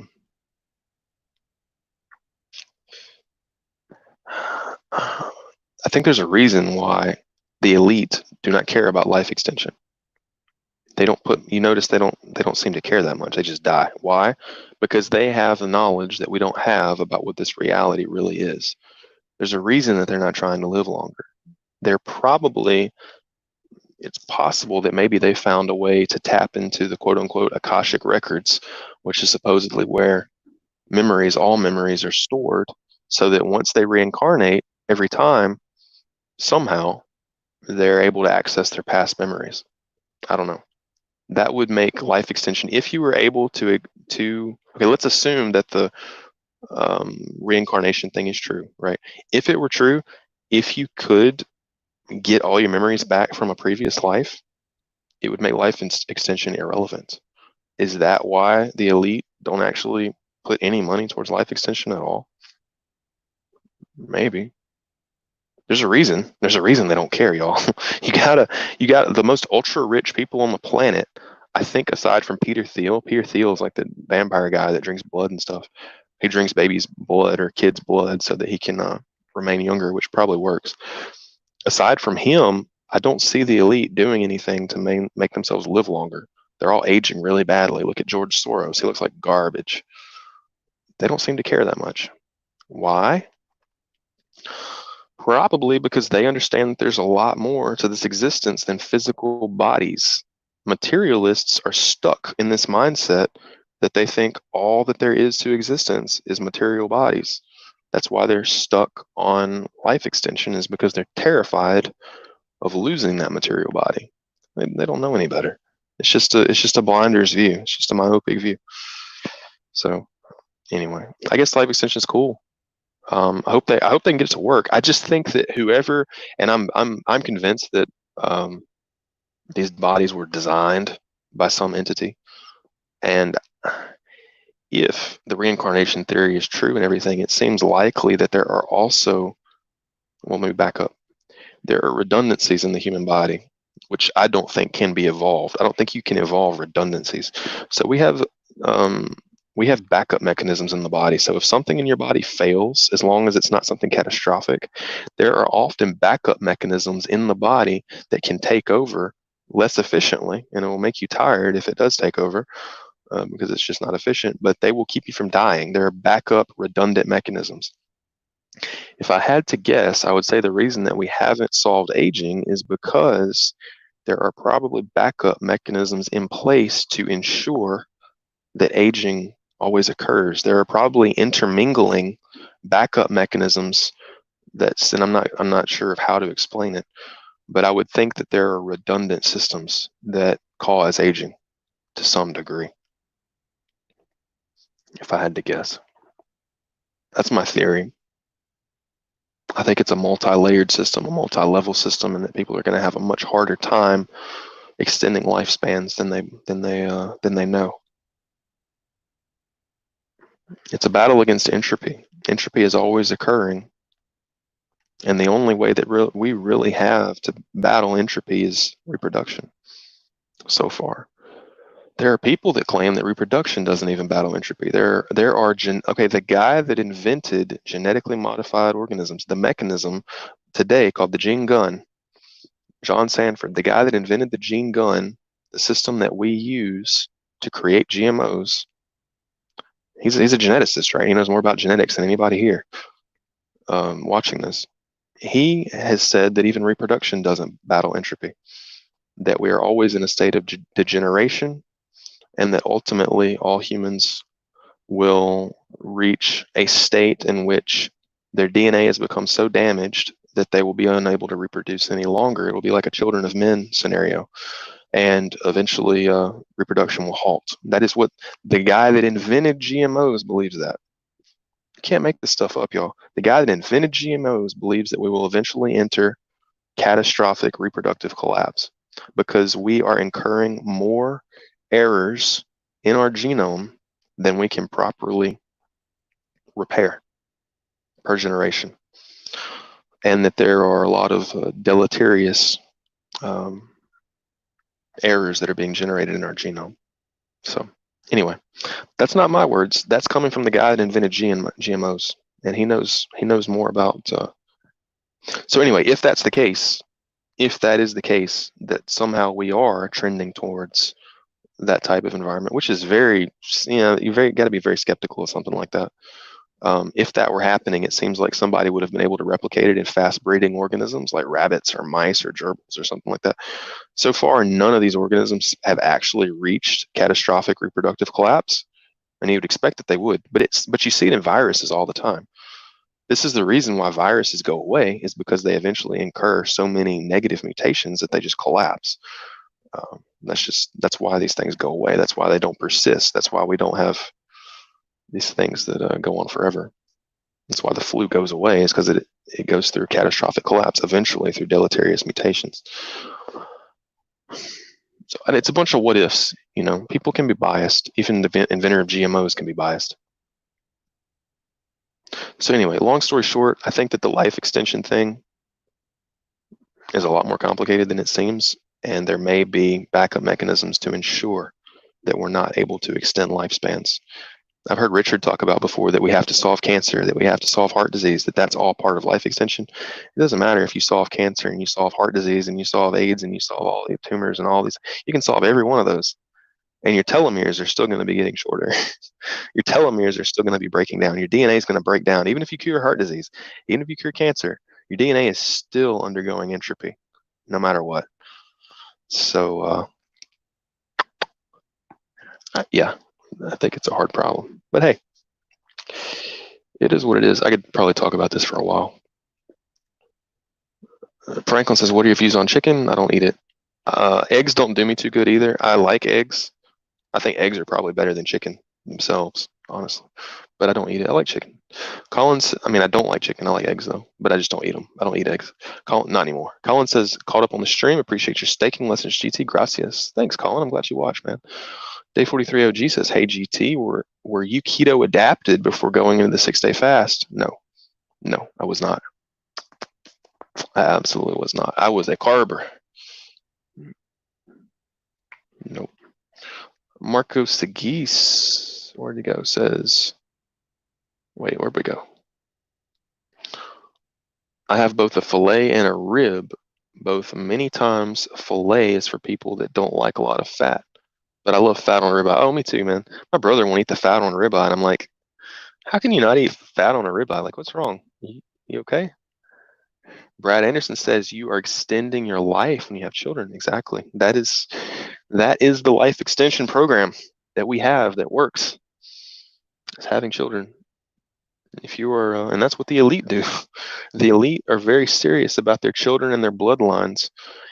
Maybe it's possible that they're reincarnating into their children later down the line, their grandchildren. I don't know. They're very serious about it, though. They're very serious about bloodlines. It's very perplexing to me that the quote unquote elite are very serious about their bloodlines, but they have almost no interest in technological life extension. You just don't see them putting a lot of money into it. But you better believe that they care about bloodlines. Brad Anderson says, passing on your wisdom to your children is your afterlife. Yeah, I think you won't need an afterlife because you're probably coming back. You've probably been here 1,000 times already. That sounds crazy, but if you dig into this stuff long enough, to me, it's the only thing that really makes a lot of sense. You've probably been here 1,000 times. Sounds crazy. There's a song about that. Who does it? Ozzy Osbourne. What was his band called? Black Sabbath. He says in his song, he says he's been here 1,000 times before. Apparently, Ozzy Osbourne believes in reincarnation too, because he sings about it. McBreezy says if we try to stop aging physically and succeed, another system is likely to take over that process. I don't know what you mean. McBreezy says the purpose of DNA. Dan Winter. Never heard of it. What's it about? No idea. No idea. Starspire says supposedly that has been programmed into our DNA by the Anunnaki intentionally to limit our lifespan. So if, and this is a bunch of ifs, y'all, but if we were genetically engineered by Anunnaki to be whatever it is that we are, and they programmed in some type of death code that eventually makes people die, and they are advanced geneticists, extraterrestrial advanced geneticists,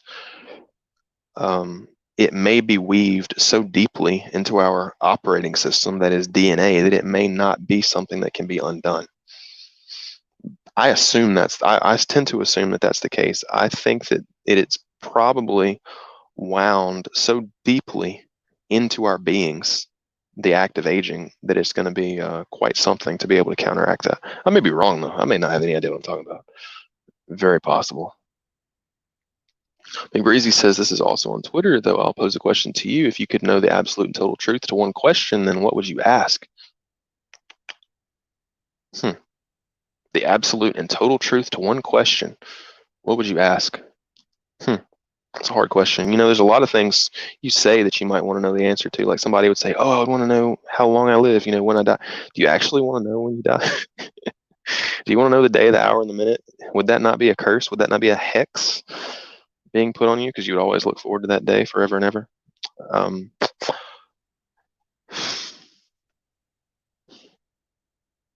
Total truth to one question. I don't know. I guess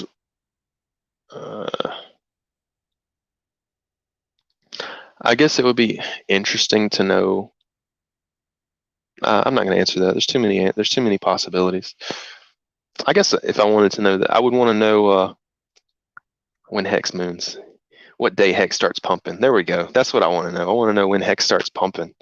Absolute and total truth. I want to know the day, the hour, and the second so I can front run it. That's what I want to know. I want to know that beyond all the answers of the universe. I want to know when Hex pumps, because that's all that matters, folks. What matters is when Hex pumps.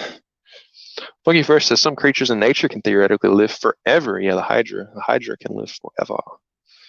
But the Hydra is also not as complicated as we are. Do they even have functioning brains? I don't know. McBreezy says a lobster. I don't know. I don't think a lobster lives forever. Oh, I think you can eat lobster, though. I ate some shrimp the other day, y'all. This was good, man. I ate some shrimp. It was really good.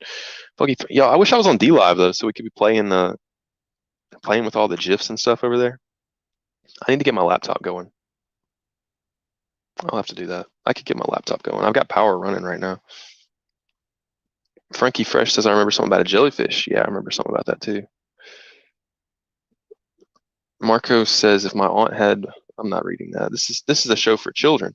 Goshko says, have you watched the new Exorcist series? It is one way people could be extending their lives. No, it sounds scary. I don't watch scary stuff. I live in what some people would consider scary conditions sometimes. It gets dark. And if you watch too many scary movies, you'll start thinking that there's ghosts and stuff around you. I don't think that's a good idea. And Crazy says he loves it. Archie says, I never wanted to get my fortune told. I'd rather not know. Hey, man, you should check out tarot cards. They're kind of cool. Tarot cards are pretty cool. Like, I've gotten some crazy accurate stuff from tarot cards. Franklin says, best answer. Yeah, I want to know when Hex moons. Brad Anderson says, just make sure your children know how to unlock and cash out your Hex stakes. No, actually, no. Now that I think about it, if I could know the absolute truth, I would want to know how to preserve memories for the next life and to be able to claim them in the next life. That's what I would want to know. How to be able to carry memories from one incarnation to another, assuming incarnation is even real. That would be probably the best thing to know, honestly. It's kind of a long-term goal. I would want to know that and when Hex is going to moon, both of them. Starfire says, I agree, but that is our understanding of aging is being focused on from a biological perspective when we really should be looking at the electromagnetic field. Okay. Y'all, I'm gonna cut this thing off. Archie says tarot cards. The Twin Tower. There's not a Twin Towers on the tarot deck. That's you're thinking about the Illuminati card deck. That's different. The Illuminati card deck and tarot cards are different. Tarot cards are actually pretty cool. They're they're interesting. All right, guys. Do we have anything else to talk about? Or I'm gonna go. Probably gonna go cook some food. Oh man, I still have a steak in the refrigerator that I forgot to eat. Anyway, all right, guys. Look, man, it's been good having all y'all here. I've enjoyed it, and I think we learned a lot today, guys. I hope we did. And if y'all have any questions or anything, DM me or talk to me on Twitter or any of this stuff, man. Look, we'll see y'all next time. Y'all take care, okay?